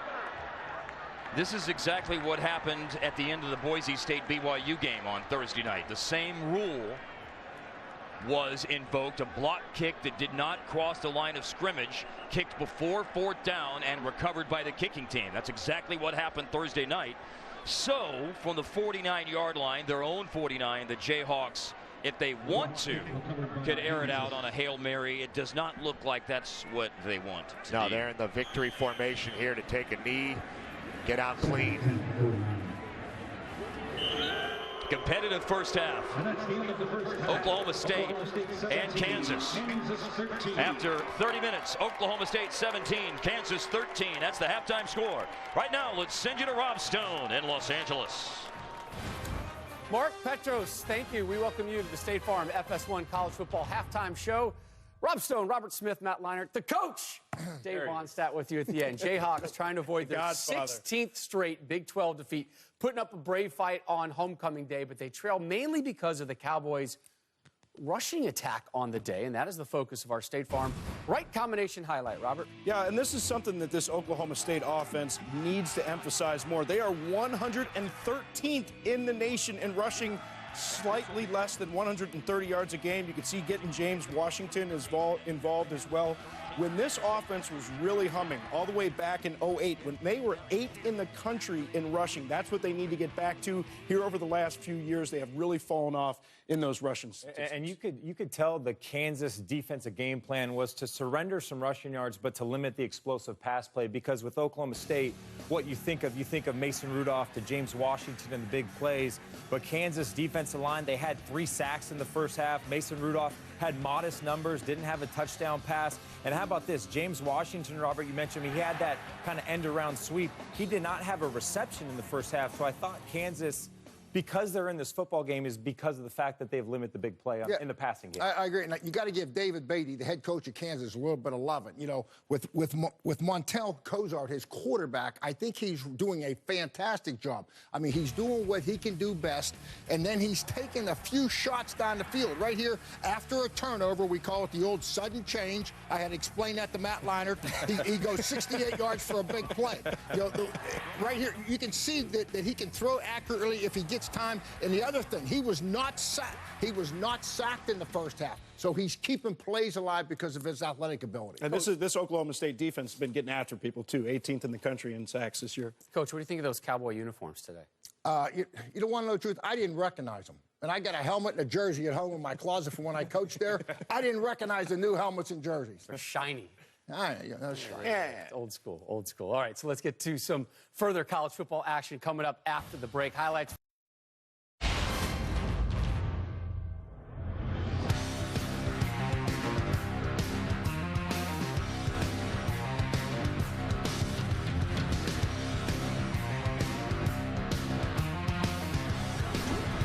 Homecoming Saturday in Lawrence, Kansas. College football on FS1.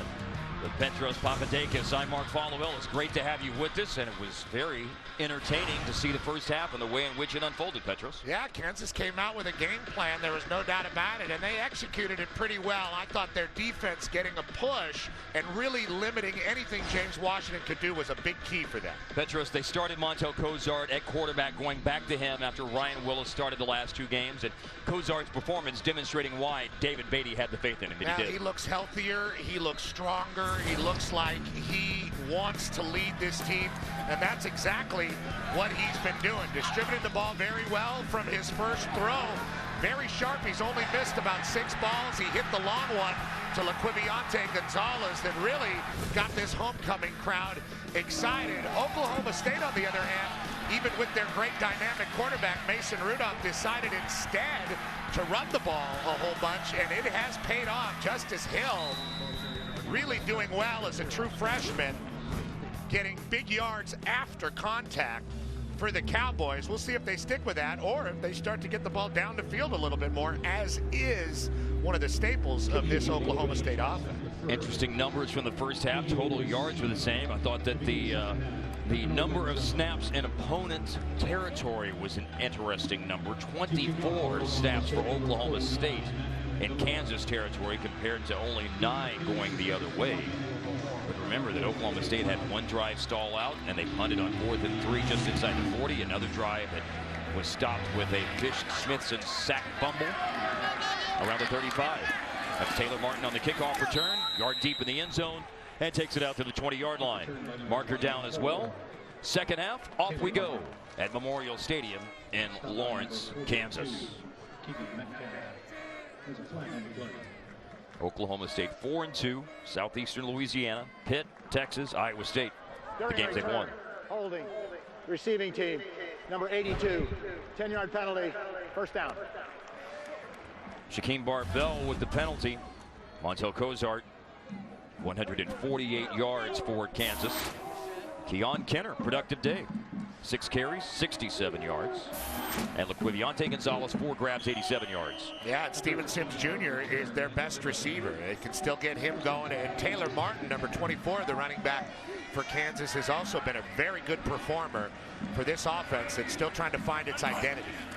Field position, not good. Running the ball, Kenner.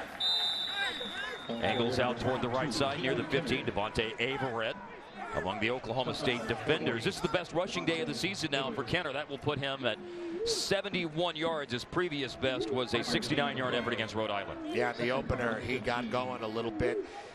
This is the 2nd straight special teams kickoff return mistake. First you had the fumble right before the half for Kansas that set him back a little bit, and then the holding penalty. And this is not an offense that can really overcome a lot of these setbacks. Big burst by Kenner. And a run over the 25. First down picked up. A little emotion, that fist pump by Keon Kenner after the run. Cole Walterscheid with the tackle. You're going to see this as a zone play to the left, and he decides to keep it front side. Makes that little subtle move more left and gets the ball right back upfield. Well run. Pickup was 12 yards. Minute gone by in the 3rd quarter. We'll see how Kansas can continue to churn out yardage on this drive, which was dealt a setback with a special teams penalty. They started at the 10. The ball came out on Kenner's run. Oklahoma State thinking they pounced on it, and they have. Turnover. Looks like Averett is the guy to fall on it. Vincent Taylor looks like the guy that caused it. Pretty basic play. Kenner trying to get the ball to the same hole he got it before. And it was Taylor who ripped the ball out as Kenner's legs stopped. And you got to protect it with both hands through that contact zone. Very, very costly fumble by the senior. And these are mistakes that Kansas is going to have a hard time overcoming. You see the turnover number, the most in the FBS, and you're not going to win a lot of games doing that. The 23rd, and it comes at a very bad place on the field. At the Kansas 26, Oklahoma State will take over after Devontae Averett's 3rd fumble recovery this season. Running back is Hill, Cowboy back is Zach Beach. Rudolph under pressure from the backside from Tevin Shaw. And a short hop pass incomplete. Well, that's one of the things I like about this Kansas team that we've seen thus far today.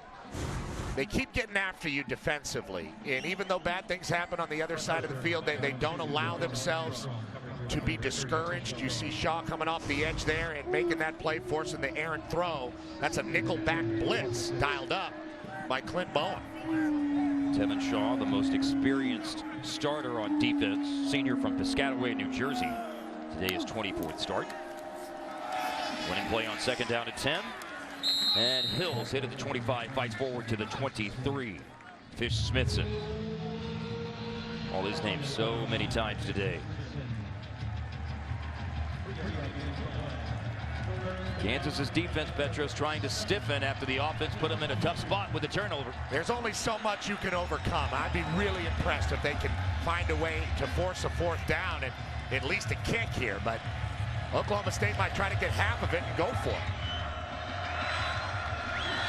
Barry J. Sanders is the running back. Rudolph looked left, stepped up, pump fakes, gonna run it right to the sticks, and I believe he has it.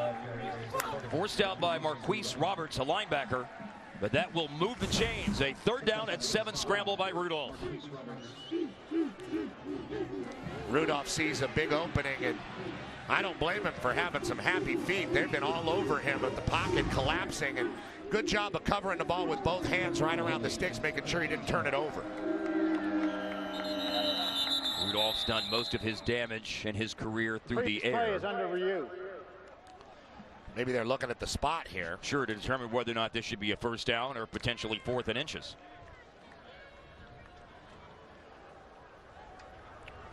Well, it's obviously spotted well past what Oklahoma State needed for the first down. He kind of slows down and falls, but looked pretty much beyond the marker. I don't really understand the stoppage. I'm not sure it should be all the way up at the 15-yard line, but certainly between the 15 and the 16, which would be what Oklahoma State would need. Early third quarter. Cowboys have won 11 of the last 12 matchups against Kansas, trying to make it 12 of 13. The ruling of a first down is confirmed.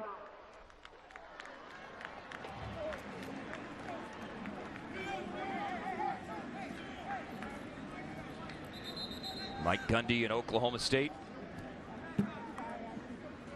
able to move the chains. Third down conversion after the turnover. Offense ready to come back out on the field. Rudolph just scrambled. Picked up yardage to the 15.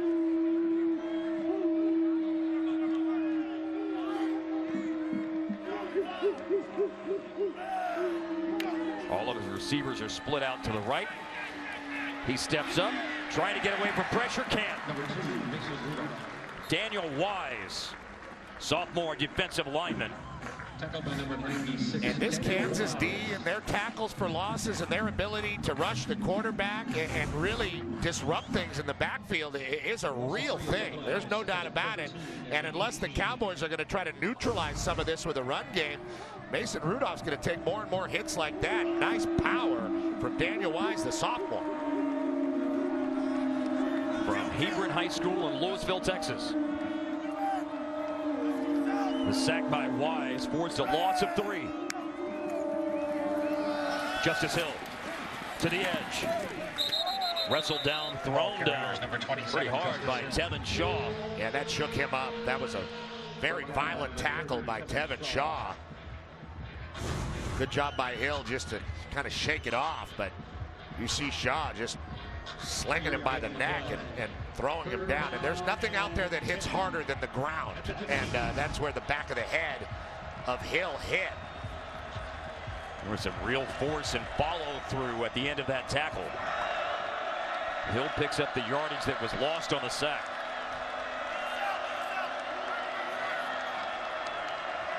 Play clock at 3 seconds on 3rd and 10. Rudolph Underneath. Caught. Turning upfield. Chris Carson is in the end zone. Touchdown, Oklahoma State. Rudolph really hung in there and took another big hit and delivered it to his back coming across the middle. Carson is even though coming off a hand injury, the best receiving option for the Cowboys in this offense. And he's going to come all the way across on a crossing route, almost like a slot back would. Receives the ball and turns it upfield. Ben Grogan drills the extra point. Chris Carson, 2 touchdowns today. Oklahoma State 24. One as a runner, another now as a receiver. He has some familiarity with Kansas, transferred from Butler Community College, and Carson's in the end zone to extend the lead to 11 points for the Cowboys.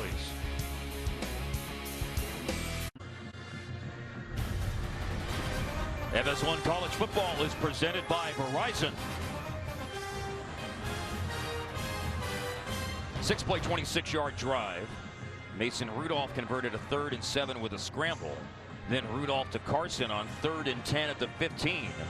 And that touchdown reception by Chris Carson extends the Oklahoma State lead to 24-13. Set up by a Kenner fumble that we'll look back at in a moment. The Big 12 leaders by far in most points off opponent turnovers is Oklahoma State. Now 69 points they've scored this year because of opponent turnovers. Wildly frustrating for Kansas. You come out, you get the ball, you have your game plan to start out the second half. 2 good runs, and then all of a sudden, Kenner gives it up. And you could ask your defense to stop them, and they got him in a 3rd and long situation with the scramble that Rudolph was able to convert. But there's only so much that the Kansas defense can make up for with the offense making mistakes like that. You see Kenner holding on to the ball, trying to keep those 4 points of pressure going. Usually, if a running back fumbles, they get him right back in there and give him the ball one more time and then take him out just so he can get a feel for it. Not the case here with Kenner. It's Taylor Martin who's the running back, and he goes in motion out of the backfield. Cozart throws. Caught with momentum, turning upfield, and a first down for Steven Sims. Steven Sims Jr. up to the 40 before Chad Whitener wrestles him down officially to 39, so a 14-yard gain. Up-tempo offense here for Kansas. Remember, defensively, one of the things they were hanging their hat on, best 3rd down defense in the Big 12. Opponents only converting 34%. But Oklahoma State cashing in on 2 3rd and longs on that last short touchdown drive. Martin reverses field. Martin having difficulty finding room to run, does manage to make something out of that for 3 yards before Trey Flowers with a stop at the 42. And that was a run that should have just stayed on course. Martin getting a little bit too creative with that one and almost running into his quarterback trying to carry out a play fake. Now an empty backfield.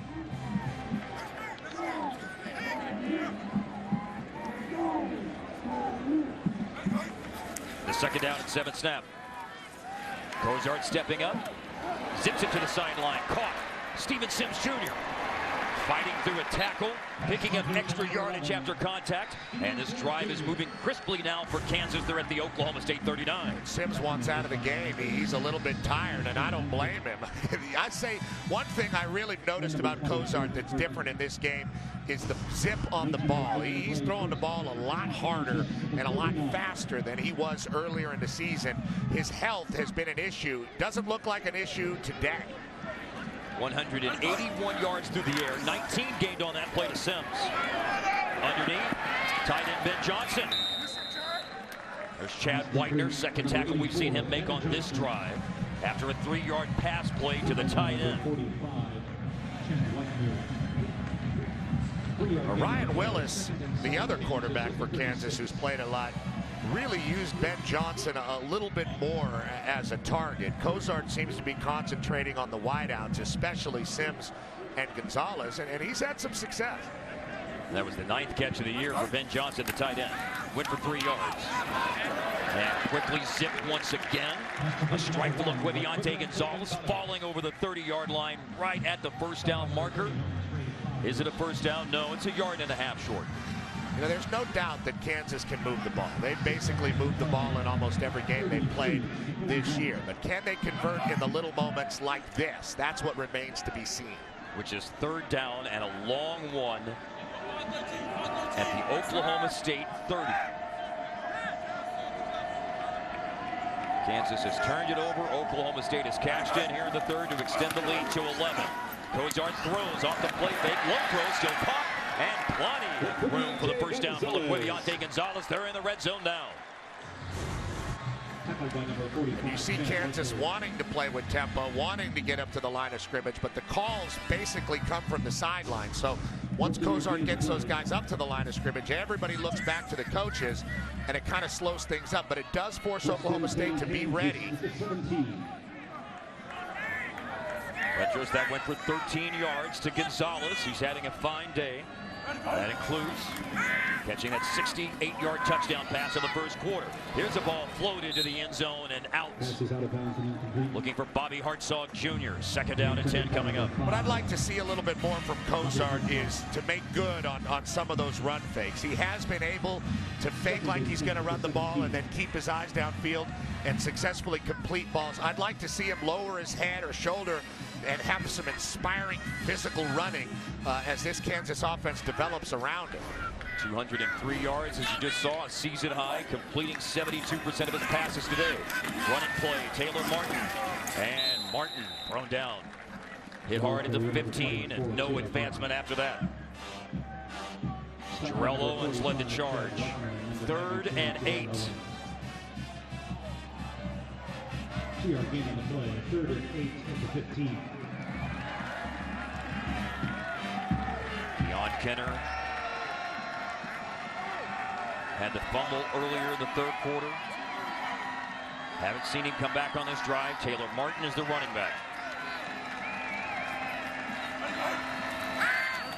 Needing 8. And throwing the slant and caught. They have 8 because Sims made sure to fight out of the tackle. It'll be 1st and goal. Steven Sims. Down to the 6-yard line. Well, Sims is all the way on the outside, and you see the 2 slants and the push down the field by Barbell that kind of pulls the defense out of the way. Nicely crisp delivered ball by Montel Cozart, and converting on a 3rd and long for a 1st down with a drop back pass. You got to feel good about that if you're a Kansas fan. And the Steven Sims Jr. Ashton Lampkin collision advantaged Sims. Enough power through that collision to force his way down for a 1st down at the 6. 1st and goal, bouncing outside. Taylor Martin will run it in. Touchdown, Kansas with an answer Kansas. after the Oklahoma State touchdown. Right now, the Jayhawks down by 5.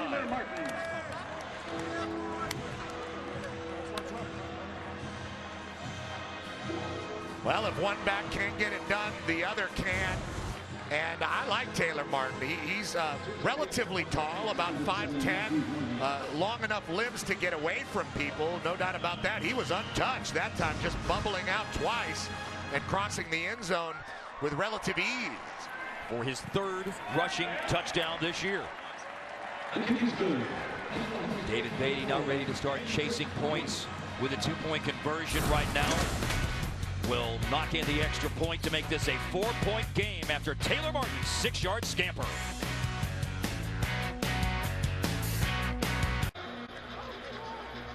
I think you could deem that a textbook drive by the Kansas offense. 10 plays, 75 yards. Taylor Martin finished it off with a 6-yard run. Look at Cozart's 61 passing yards on the drive, which included key 3rd down throws.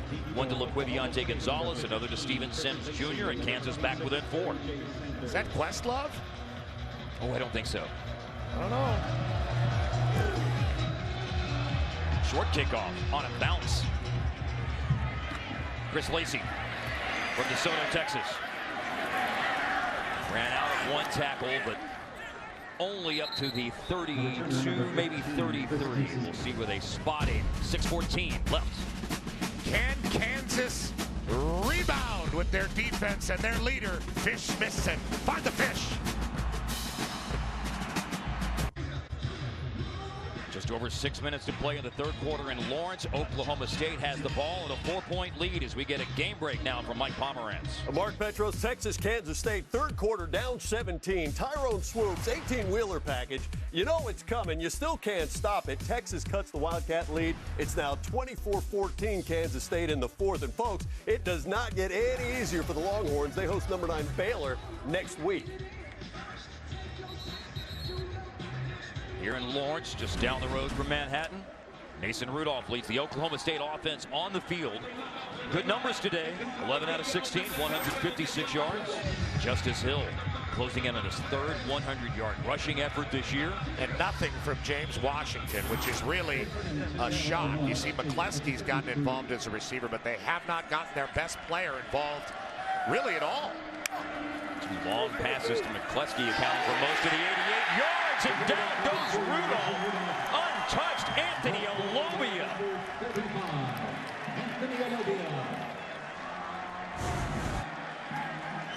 Olobia coming on an inside route, and Saleko didn't really know which defender he should take. You always take the guy who's the inside threat, and that was Olobia on that play. Anthony Olobia able to make it all the way to Rudolph and get home. Rudolph's been beat up in this game. Great start for the Kansas D. Loss of 10. Now they look for an opportunity to get James Washington involved in what statistically is a running play as it was thrown backwards, a lateral, and then bumped out of bounds. Just a gain of a yard.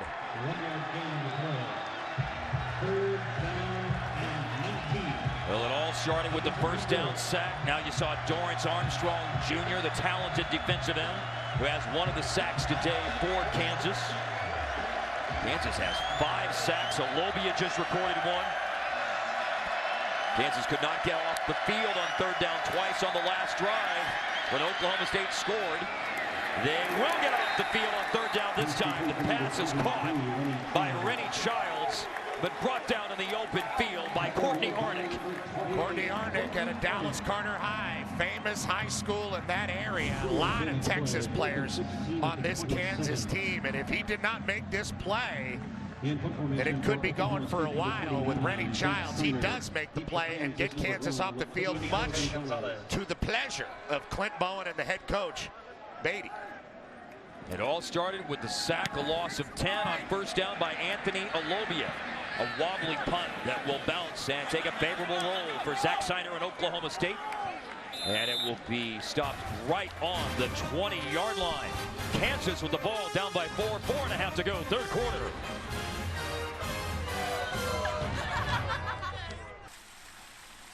FS1 College Football is presented by Verizon. The fountains look lovely in Lawrence, Kansas on this homecoming Saturday. What a town. Tonight, the NLCS moves back to Wrigley for a pivotal Game 6 between the Dodgers and Cubs. Coverage begins at 7 Eastern only on FS1. Or watch it live on Fox Sports Go. Cubs looking to advance to their first World Series in 1945. The Cleveland Indians awaits.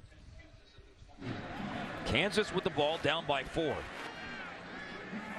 Gonzalez has 106 receiving yards. Sims has 82. Pass is incomplete. Looking for Shaquem Barbell that time on an incompletion.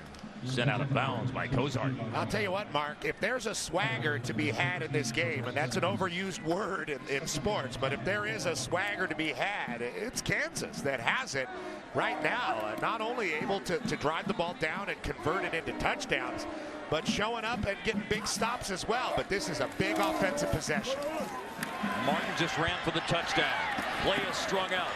He eludes one tackle, but too many bodies. The pursuit was very good to the sideline and not much room for Martin, only a pickup of 3. Well, at a certain point, you just have to put your foot in the ground and run. You just have to take those hits and make it almost like an isolation play out on the perimeter. And Martin just waited a little bit too long to do that. There were some hidden yards there, but he didn't get them because he wasn't quick enough on the draw, to be honest. These guys just a little too fast ahead of the sideline, in my opinion.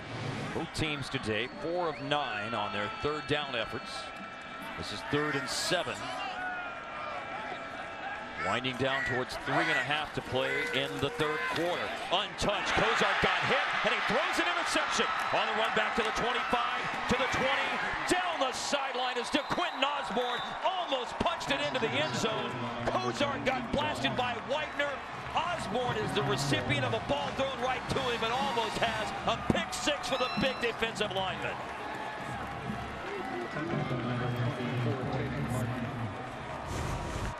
On throw, obviously ill-advised, and DeQuinton Osborne just kind of hanging out there in no man's land, not rushing, but not really dropping either. As you can see, he does drop a couple steps, and he gets into that throwing lane. That's a good grab. It's hard to blame Montel Kozart because he just did not see Osborne there. And like you said, Mark, no doubt, big defensive lineman like that, 310 pounds and big pads, able to get those arms up and complete the play. That's very impressive. His run back all the way to the 1-yard line and plunging in for the touchdown is Rennie Childs. Dramatic turnaround off the Osborne interception. The Childs 1-yard run. It's a double-digit lead for Oklahoma State again. 14 third-quarter points for Oklahoma State, assuming Grogan hits the extra point. And they've scored those 14 third-quarter points, Petros, because of turnovers. Off turnovers by Kansas. The Kenner fumble, the Kozart INT. And that was a great play. I mean, there's no doubt that Osborne had to make a great play to convert that, but Kansas just can't have that.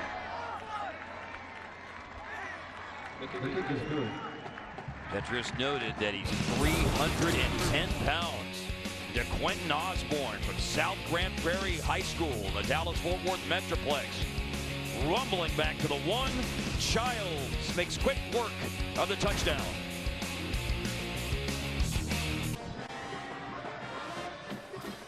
DeQuinton Osborne with his fellow D lineman. Some laughs. Feeling good after the interception. A hug for the quarterback, Mason Rudolph. He loves it. He's tired of getting hit. He's getting hit a lot. And whatever you want to say about this game and the way it's played out, it's not been Kansas's defense's fault that they're down in this game. They performed very well. It's the offense that has let the Jayhawks down.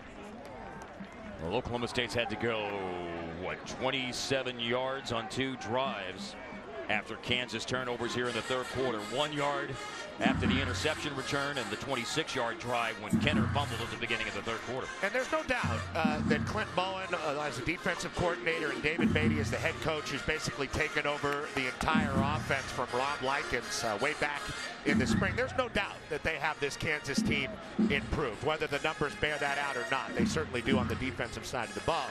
But are they improved enough to go overcome and win games? And the answer right now is I'm not sure, or maybe. They are certainly good enough to stay in games and good enough to fight it out in conference. But can they overcome adversity and win games? A lot of this adversity is self-created. Losing the turnover battle today now 2-1. Mike Gundy at Oklahoma State 57-7 when the Cowboys win the turnover battle. Still a quarter and 3+ minutes to be played, though. 11 is the gap on the scoreboard as Martin runs for a yard on first down. With a tackle by Cole Walterscheid. Came to Oklahoma State as a 210-pound freshman and now a 254-pound sophomore from Munster, Texas. They have good barbecue.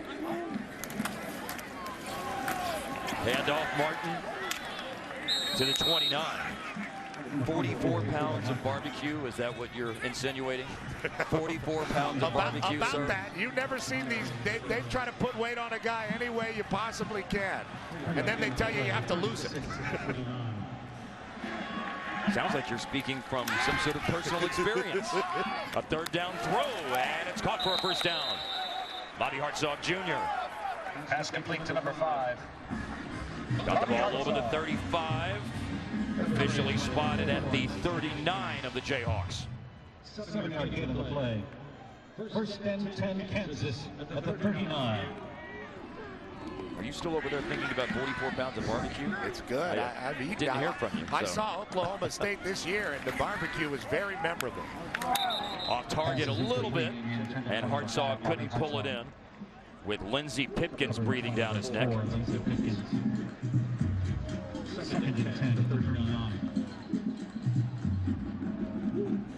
Kansas needs an answer here, and it's not good enough just to have a first down or two. They've got to get it into Oklahoma State territory and get some positive things going for this offense and keep that defense resting on the sideline. After the last turnover and Oklahoma State converted for a score, Kansas did answer with a 10-play, 75-yard touchdown drive.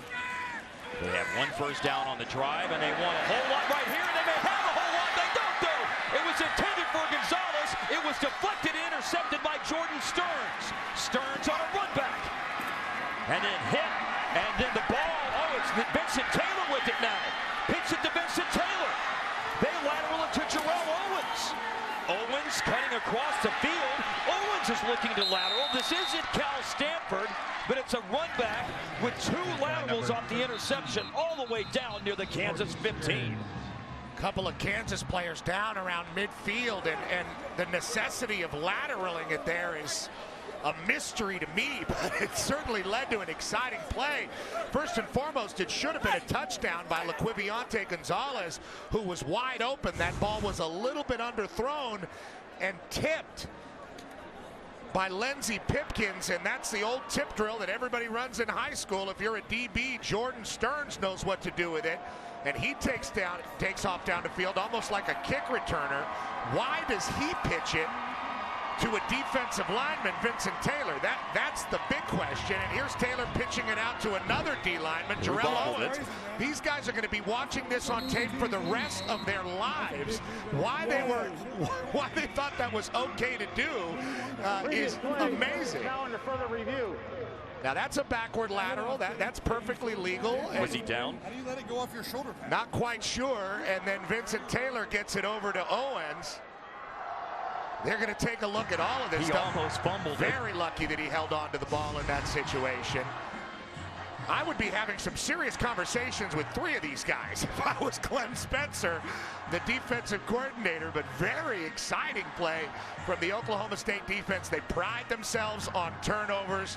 They pride themselves on excitement, and they certainly delivered it on that play. Well, a lot to talk about. And I think you're right. I think they're going to take a look to see if anybody's knee was down, in particular Jordan Stearns on the first lateral. Here he is trying to run out of the tackle, and it's hard to say there. It looked like his body was on top. And then watch, this looks like a quarterback running the option. Was that baiting Tommy the Frazier? Defender into the last second. Yeah. The bobbled pitch, and then Owens almost loses it there, Petros. Yeah, there's Glenn Spencer, the defensive coordinator in his 9th season at Oklahoma State. He's had a lot of success. He's moved to the press box. He was on the field, and he's got a lot of respect from his opponent, David Beatty, the head coach of Kansas in this game. He was gushing about how good Glenn Spencer was. Petros, you were talking about Oklahoma State enforcing turnovers. They went into play this weekend, second of the Big 12. Only Baylor had forced more turnovers. The number now has jumped from 13 to 16. I don't know if Pipkins got a piece of that tip. That may have just gone straight off Gonzalez's pass. After review, the ruling on the field stands. Well, it will go down as one of the zanier plays of Saturday, October 22nd on the college football scene, but it's a run back off an interception by Stearns and two laterals all the way down to the Kansas 16. Zany and, most importantly, unnecessary, but nonetheless, All's well that ends well stayed for in them. business. It's at the 16-yard line, a minute 43 to play in the third quarter, and Oklahoma State now could open up a 3-score lead if they put it in the end zone. And that's a tough catch. The pass from Rudolph to Jalen McCleskey. Hit by Marnez Ogletree. 6-yard gain. Covered by number 10, Marnez Ogletree. 6-yard gain on the play, second and 4 for 10. The third Kansas turnover committed today. All three of them have been in the third quarter. The first two have been turned into 7 points each time by the Oklahoma State offense.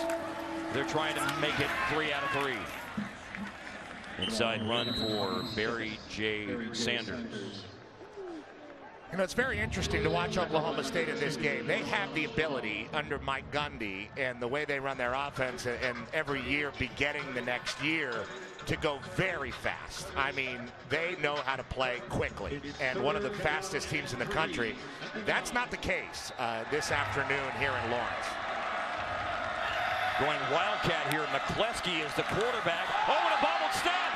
Let's see who's on it. Oklahoma State got back on top of it.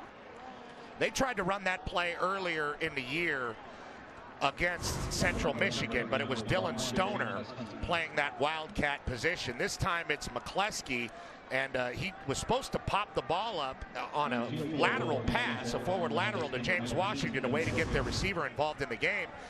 Just a miscommunication there, and lucky for the Cowboys that they're still in business here. Ben Grogan's made 1 field goal today, the only one attempted, 32 yards.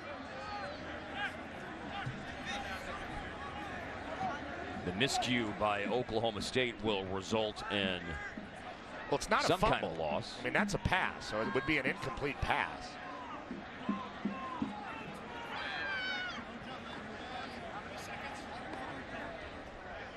That's exactly what the ruling is going to be. The ruling on the field is an incompleted forward pass. Clock operator, please reset the game clock to 39 seconds. And I'm not sure if Washington expected the ball or not. I think he saw some crashing linebackers in that situation and maybe thought that McCleskey was just going to eat it, but that did not happen. McCleskey put it out there anyway, but no harm, no foul. The ball falls incomplete. The field goal attempt, that is, will be a little bit shorter now for senior Ben Grogan, who earlier today became the all-time leading scorer in Oklahoma State history. He passed Dan Bailey and hits that 25-yard field goal. The lead is 34-20 in the last minute of the third quarter. 36 seconds remaining, third quarter. Memorial Stadium, Lawrence, Kansas. Mark Followill, Petros Papadakis. And it is a 14-point lead. Oklahoma State now has 17 points off turnovers in this quarter. Well, Kansas battled hard for nearly 3 full quarters, but the fenders and tires are now falling off the bus. They've got to find a way to at least have a mistake-free drive, even if it ends in a punt. Richard freshman Matt Amendola with the kickoff. Kansas will start at the 25. The third quarter story. T.O. turnovers. Yeah, it was Kenner that gave it up first after a couple promising runs to start out the quarter. That was converted into a running back touchdown by Carson. And then the pick, which was a great play by Osborne, no doubt about it, that led to another touchdown. That one just went off the face mask of Gonzalez. You're absolutely right. And then we had Cal Stanford. It led to a field goal. However, we can report that no trombone players were hurt in the making of that play. From the 25 after the touchback. Room to run here. And Keon Kenner's got a lot of room to run. He fumbled earlier in the quarter, but he's going to answer back with a long run down to the Oklahoma State 20-yard line. An opportunity for redemption for the senior running back. Interesting that he got back into the game. He broke the tackle of Jordan Burton at the line of scrimmage, and there was nobody afterwards. Didn't quite have the speed to finish it off, not with a really fast player like Trey Flowers on his back, but a big deal for Kansas to get something going. 54 yards for Keon Kenner. Now slamming down inside the 20-yard line of what probably will be the last play of the third quarter. Josie Akem with a tackle at the 18. That's a 3-yard gain for Kenner. He's got 137 yards, ran for 54 a moment ago to put Kansas down in the red zone.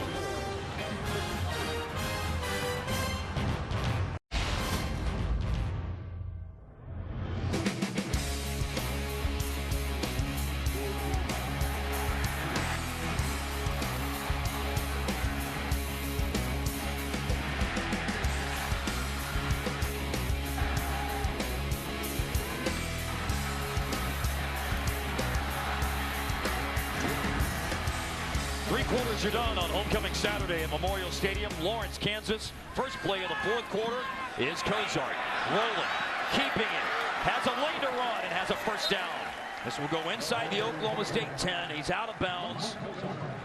Between the 5 and the 6 yard line, Josiah Kemp forced him out of bounds. First and goal for Kansas. And I think they need more of that from Cozart in this offense as they continue to develop throughout the year. I think he has to become more of a running threat. They do have some pretty good backs. We saw a nice long run from Herbert earlier. Taylor Martin's been pretty good. Excuse me, we saw a nice long run from Kinner earlier. But these guys, they have to have that third threat in the backfield, and it is Cozart running the ball. And from the 5 yard line, handing the ball up and inside to Evans. Jordan Burton with the tackle. That ended up being Kenner, who ended up carrying it.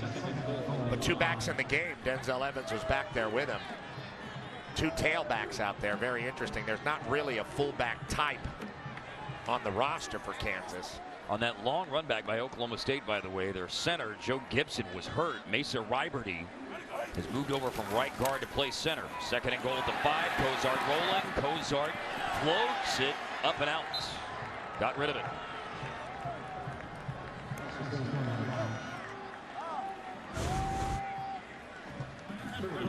Pretty good decision by Cozart here. They wanted to get Kenner in the flat, well covered. And with Averett bearing down on him, makes the right decision just to get rid of it. Here's a 3rd and goal. It's a long play by Keon Kenner. A run of 54 yards on the first play of the drive. Cozart scrambled to put them in a 1st and goal situation. Since then, no gain and an incompletion. Pivotal moment in the game, and it is Cozart keeping it blasted. He took a big hit from Averett right there. Sure did. Pretty traditional zone read play. Cozart decides to keep it. But the play gets crashed down. Cozart has to take it into a hole he doesn't want to and just wears it from Taylor. First charge timeout. Kansas. Kansas will burn their first time out of the second half with a decision coming on 4th and goal of the 4.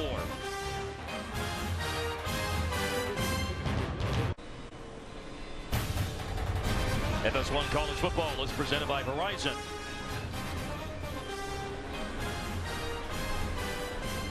A bus view of a portion of the Kansas campus in Lawrence.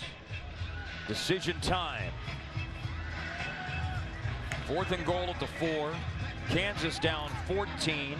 Just under 14 minutes to play. Offense coming out on the field, Petros.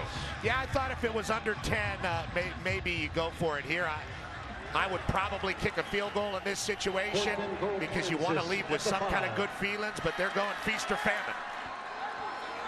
And at 1-5 and looking for their first Big 12 win since 2014, that may tell the tale. A fake handoff and Cozart with a bullet. And there is a plea for a flag. You can see from Laquiniante Gonzalez. Stearns, who had the interception, is on the coverage, and it will be turned over on downs at the 4. They had the one-on-one matchup with the fast guy against a run-stopping safety. That is the matchup you want. But somehow they got tangled up. I don't know if the ball was going to be there anyway. Let's look at it from a little higher. They're going from the short side of the field. And that ball was not going to be completed whether or not you thought there was contact or not. Montel Cozart wanted the flag. And now, because you choose to go for it, no positives, no points. And you're back on the field with the defense. Zach Beach, as a Cowboy back, is in motion, handing off out of the end zone. Justice Hill ran through 1 tackle, but the second one is made by Mike Lee out of the open field on the right side after a pickup of about 4. And let's see if Oklahoma State has the ability to buckle down and run the ball behind the lead blocking of Zach Beach and Blake Jarwin. If they can get this freshman Justice Hill into a position where he becomes their back, their go-to guy down in and down out throughout the season. Hill running the ball again. Good blocking. Big hole opened up. High stepping down the sideline. He stepped out. If he had just a little bit more real estate, probably able to stay in bounds and then get behind the last defender, but steps out just over the 30. That's going to be Zach Veach leading through, trying to seal that edge, but he ends up taking it up into a gap, and Hill does a good job of following him, and it's right there. But he steps out. Puts him over 100 yards on the day, 23 yards on that run, 120 yards for Justice Hill. He has another yard. Isaac Davis with the tackle. Remember that last week Hill put it on the ground in the fourth quarter 2 weeks ago against Iowa State. Brad Lundblade, the center, recovered it, and Oklahoma State kept possession, but Justice Hill didn't touch the ball after that as he joins some very, very impressive company. They need to find that Kendall Hunter type of back. You know, that's really when Oklahoma State finds their best balance, is when they have a big threat on the edge and somebody in the backfield. Because they haven't threatened many people with their backs, James Washington's not been able to do much today. Chris Carson running here as Hill goes out of the game. Cut down shy of the 40. Earlier this year, Kansas was within striking distance in the fourth quarter against Ohio, and then Ohio went on a 19-play length of the field drive. Oklahoma State trying to do the same sort of thing to put it away. Pivotal moment, 3rd and 3, 3rd and 4 officially.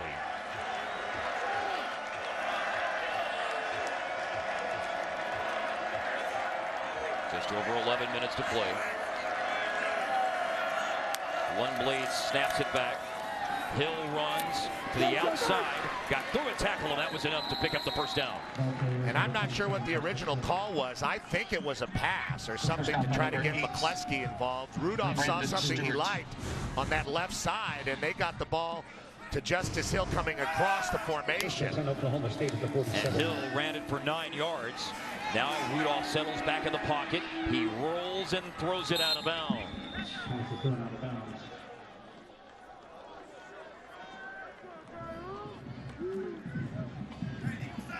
The incompletion for Rudolph stops the clock with just under 11 minutes remaining. Mike Gundy looking for his 99th win as head coach at Oklahoma State. Trying to make it 7 straight against Kansas. 2007, the last time Kansas defeated Oklahoma State. Rudolph under pressure. Nice grab along the sideline. Staying in bounds, Chris Lacey.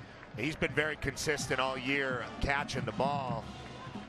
Very interesting. You know, the best way to neutralize a defensive line that's getting a lot of pressure and hitting your quarterback is by finding a way to run the football with efficiency. And Oklahoma State seems to have done that.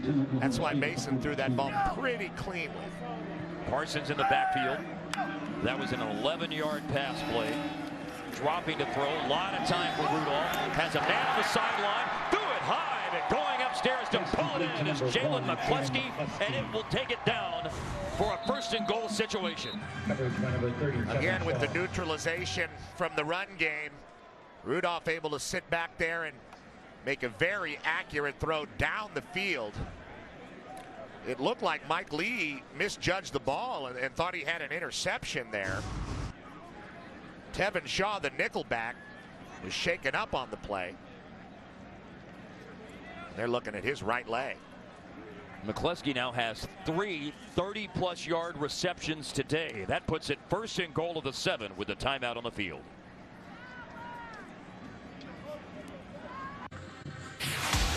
Every weekday morning, Skip Bayless and Shannon Sharp go head-to-head on the day's hottest sports topics.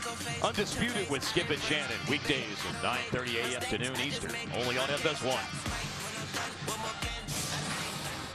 Tevin Shaw was taken off the field. Jalen McCleskey today has 35, 39, and 47-yard receptions. Career best day for the sophomore receiver from Covington, Louisiana. Well, if you're going to get the ball down the field and it's not James Washington, it better be somebody else. So they have been successful there, but not to their leading receiver. McCleskey in motion, 1st and goal at the 7.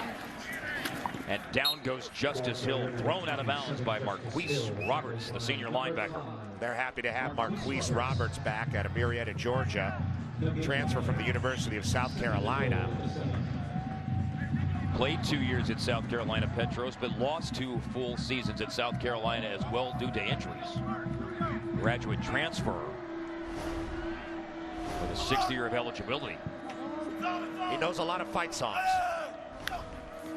From the 7 on 2nd and goal, Rudolph floating in zone. Comes up short, looking for McCleskey, who's been the most potent weapon in the Cowboy pass attack. Here's McCleskey here, trying to get all the way out to the corner. Kind of drives his way into the route against Mike Lee. Ball wasn't there. This will be the 11th play of the drive that started at the 4. Oklahoma State has gone 89 yards.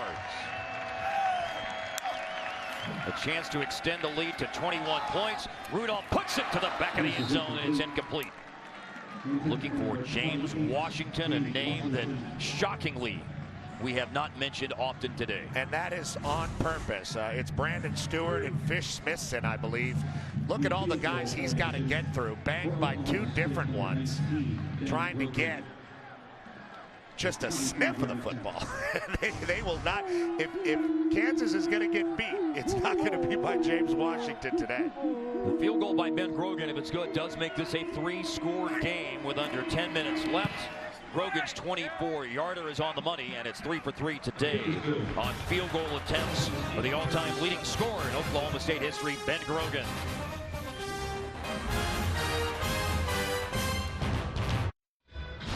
It's time to take a look at the Nissan Heisman Watch. All right, these are my guys up for everybody's criticism. Lamar Jackson has got 3 touchdown passes and a rushing one today. Jake Browning, very efficient with a great balanced offense in Seattle. Jabril Peppers making everybody remember Woodson at Michigan.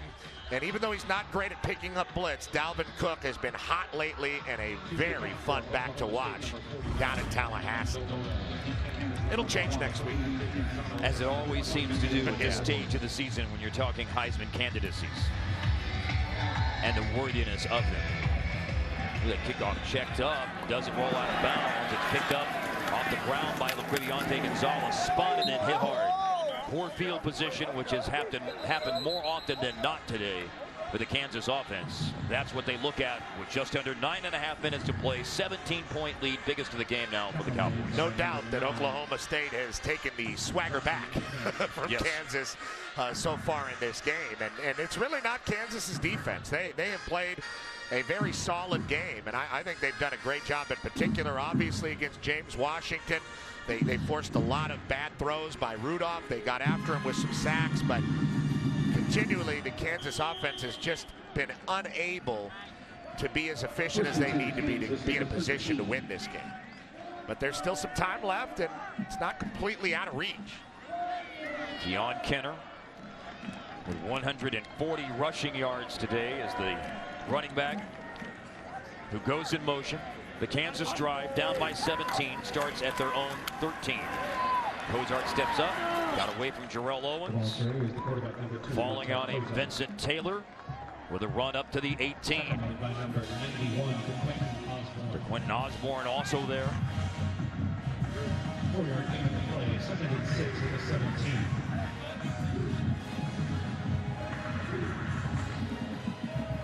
It's 15 straight Big 12 losses for Kansas coming into play today against Oklahoma State.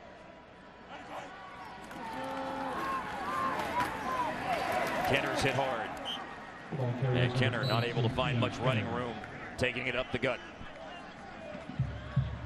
Osborne, who had an interception in the 3rd quarter, was part of that tackle on the previous play, also stops Kenner on 2nd down. Very 3rd and manageable situation.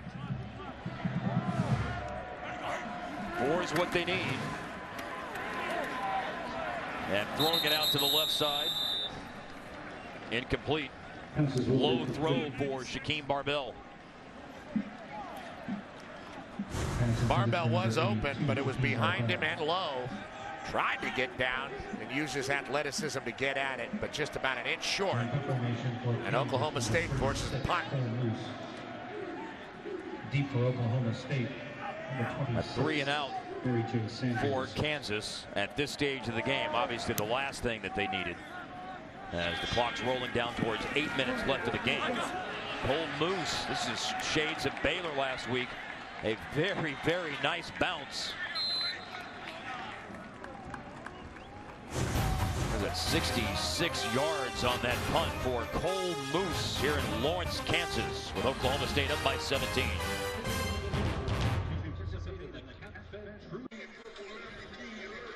A look at today's game summary with 8 minutes to play. Oklahoma State leading Kansas 37-20. Kansas has outgained Oklahoma State, but Kansas has gifted Oklahoma State a short field on 3 different occasions today because of turnovers committed in the third quarter. After a 66-yard punt by Cole Moose, here's a throw to James Washington. There he is. And Washington is on the score sheet in terms of catching a pass, his first one today. That is something Kansas can hang their hat on. They did not want to be beaten by James Washington this afternoon, and they haven't been. Justice Hill running, and running hard through initial contact. Up to the 31. Washington's reception went for 9 yards, and the second and short was converted. James Washington from Stamford, Texas, does have the streak now with 26 straight games with a pass reception. He has been Mason Rudolph's go-to guy, but today it became Jalen McCleskey, especially down the field. McCleskey has caught 3 passes for 35+ yards today. Marquise Roberts shaken up, walking to the Kansas sideline.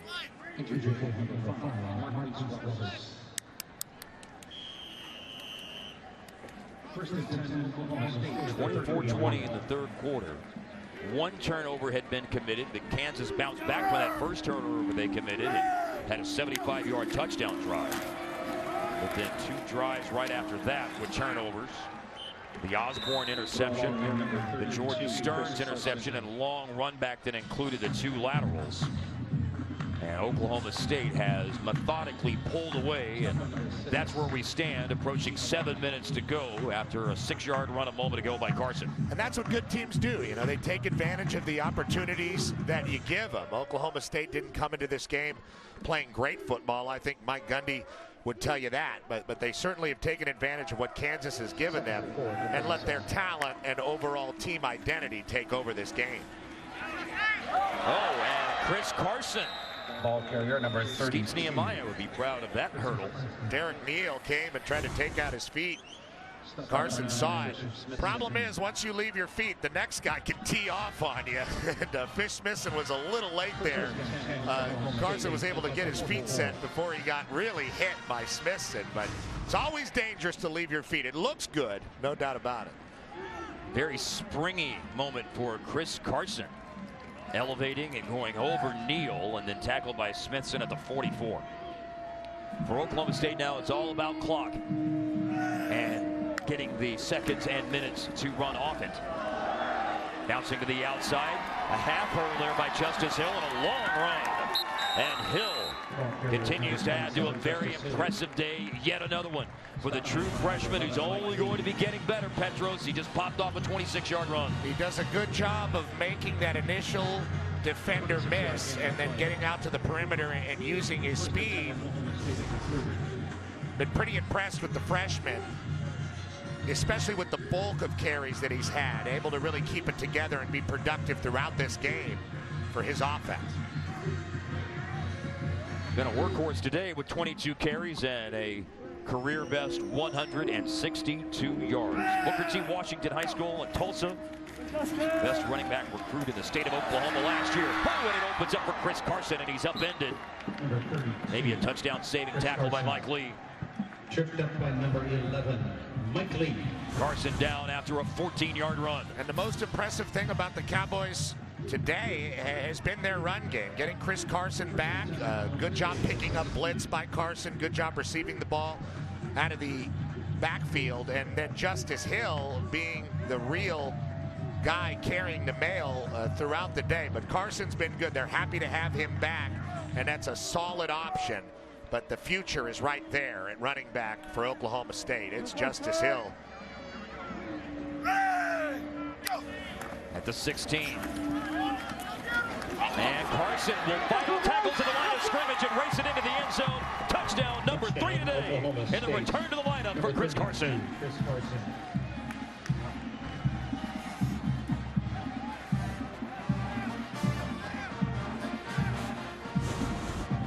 Well, he's happy to be back, and he wants a piece of some of this rushing glory that Oklahoma State's been able to put together. Initially went to the right, took it all the way back, finished it. Well, with the kickoff time, it was morning glory, that rushing glory that Oklahoma State has today. 5:04 to go. And now it's Oklahoma State with the Carson run. 2 rushing touchdowns, 1 receiving touchdown. And the senior from Lilburn, Georgia, stretches the lead to 24 points. Justice Hill has a lot of the yards. Chris Carson has been able to savor the flavor of the end zone, though, 3 times today. 16-yard touchdown run on that 7-play, 85-yard drive. Taking a little bit over 3 minutes off the clock and leaving us with just over 5 minutes to play at Memorial Stadium in Lawrence, Kansas, and Oklahoma State on top 44-20. Feeling so good, he's got his chain out. That's when you know he's feeling good. Number 1 indicator.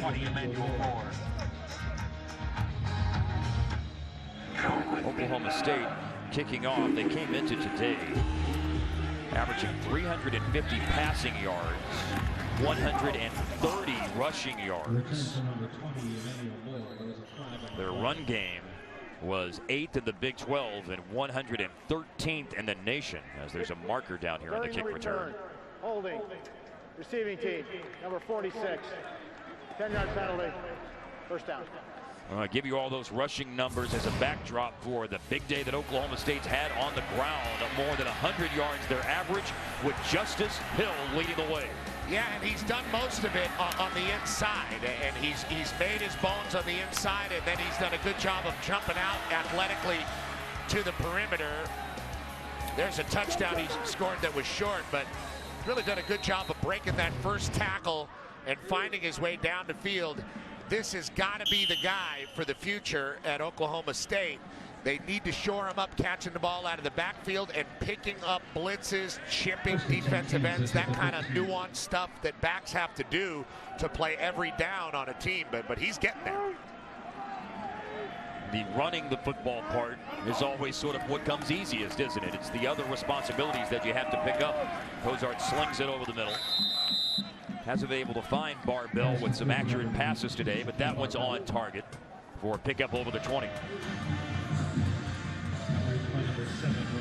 This drive starting at the 14. It's 20 unanswered points right now for Oklahoma State. And there were moments in this game that Kansas controlled. They have a lot of positives to look at, but a lot to clean up. Tegan Brewer down inbounds. Did pick up a first down, tackled by Darius Curry, junior corner from Flowery Branch, Georgia. Tackled by number 2, Darius Curry. 4-yard gain of play. First and 10, Kansas. Looking ahead, Oklahoma State. Big matchup with West Virginia. We still have a home game with Texas Tech. Road games against Kansas State, TCU, and Bedlam. Pass complete to number 5, Bobby Hartzog Jr. The catch and goes out of bounds. Pushed out by number 3. Next week on Fox against the Mountaineers, Petros. Yeah, I love those Mountaineers. I really like what Dana Holgerson's been doing. You know, all these guys say, or at least we say, that they're air raid teams, but Dana Holgerson does some very different things. He's created a lot of balance with that offense where you could have never imagined that in the Geno Smith, Tavon Austin, Stedman Bailey days. A throw over the middle to Steven Sims Jr. Whilst talking West Virginia, we would be remiss if we didn't recognize that Tony Gibson has done a wonderful job as the defensive coordinator, playing that 3-3-5 defense that puts them in a position to deal with some of these high-powered, spread, pass-oriented Big 12 offenses. For the 41 for Kansas, Kenneth Edison Magruder runs down Keon Kenner. on the road to Oklahoma on FS1 for Kansas next Saturday night. And then they'll have West Virginia after that. Home game with Iowa State, another home game after that against Texas, and they will close things out Thanksgiving weekend and the matchup in the Sunflower State against Kansas State. Under 3 minutes to play as Cozart throws behind Bobby Hartsock Jr. Intended for number 5, Bobby Hartsock. A third down and 8 is upcoming. Cozart's gotten a little looser with some of his throws as this game has gone on, but the one difference I really do see in him is there's a lot more mustard on his ball than there has been. Saw Kansas a little bit earlier in the year against Texas Tech, and he just wasn't throwing the ball the same way, and he gave way to Ryan Willis. Willis started the last 2 games, but threw 6 interceptions. Despite 3 picks, they almost beat TCU 2 weeks ago. Oh, and Cozart's thrown 2 today and put one right into the paws of Chad Whitener as Cozart was under heavy pressure from Jarrell Owens. Yeah, a little bit looser. That one on the back foot. He thought he had Steven Sims coming across.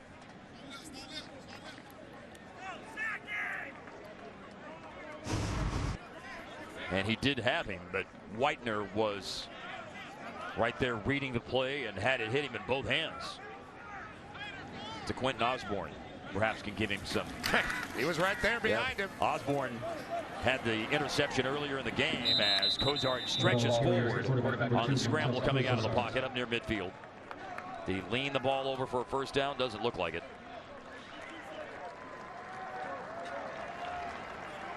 And 2:34 remaining in the game. Yeah, Osborne's interception that we were just speaking of a moment ago stands out as one of the big plays of the day for Oklahoma State. Kansas turns the ball over on downs here with 2:34 remaining. And it will be win number 99 for Mike Gundy. 4-0 as a player against Kansas. 7-1 as the Cowboys head coach.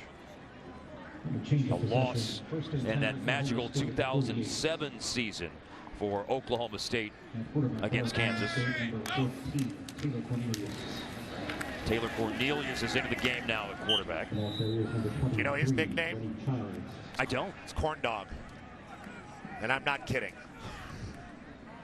Is he the State Fair of Texas? Yeah, is he the quarterback of the future for Oklahoma State? We'll see. He is from Texas, as so many guys in the Big 12 are. And especially on Oklahoma State, more Texas players recruiting the Lone Star State to the tune of 71 players, the most of any school outside of Texas. Cornelius has had second-team reps mostly since his arrival. Mason Rudolph, afternoon is over. And Cornelius this year has only thrown 8 passes. This is his 9th. And is caught by Obi Obialo for his 2nd reception of the year. He had a catch earlier this season in a blowout win over Southeastern Louisiana. Well, Petros, Oklahoma State now inches 1 win away from bowl eligibility, but there are a lot bigger things on the horizon for them, especially when you have one of the biggest and baddest of the Big 12 coming to Stillwater next week, the West Virginia Mountaineers. Yeah, they are still definitely in the hunt in that conference, and if West Virginia comes into Stillwater not ready to rock and roll, Oklahoma State is going to be sitting very pretty. Kansas, still a work in progress. And Jeff Carr gets a chance to touch the ball, and down he goes. You know, no matter who you're playing in conference, the old adage goes, get your style points at home. Right. And on the road, you just have to find a way to win. Yes. And road games in conference are very difficult. Coach Gundy knows that. I know that there's going to be a lot for them to look at on film in this game as he takes his headset off, that beautiful mullet. But I think overall he's going to be pretty happy with his team's performance, especially the running of Justice Hill and the opportunistic nature of the Cowboys defense.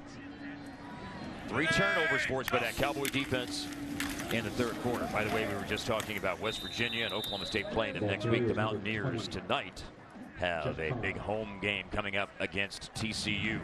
And that running play by Carr should do it. And Petros, it's a 5-2 record now for Oklahoma State.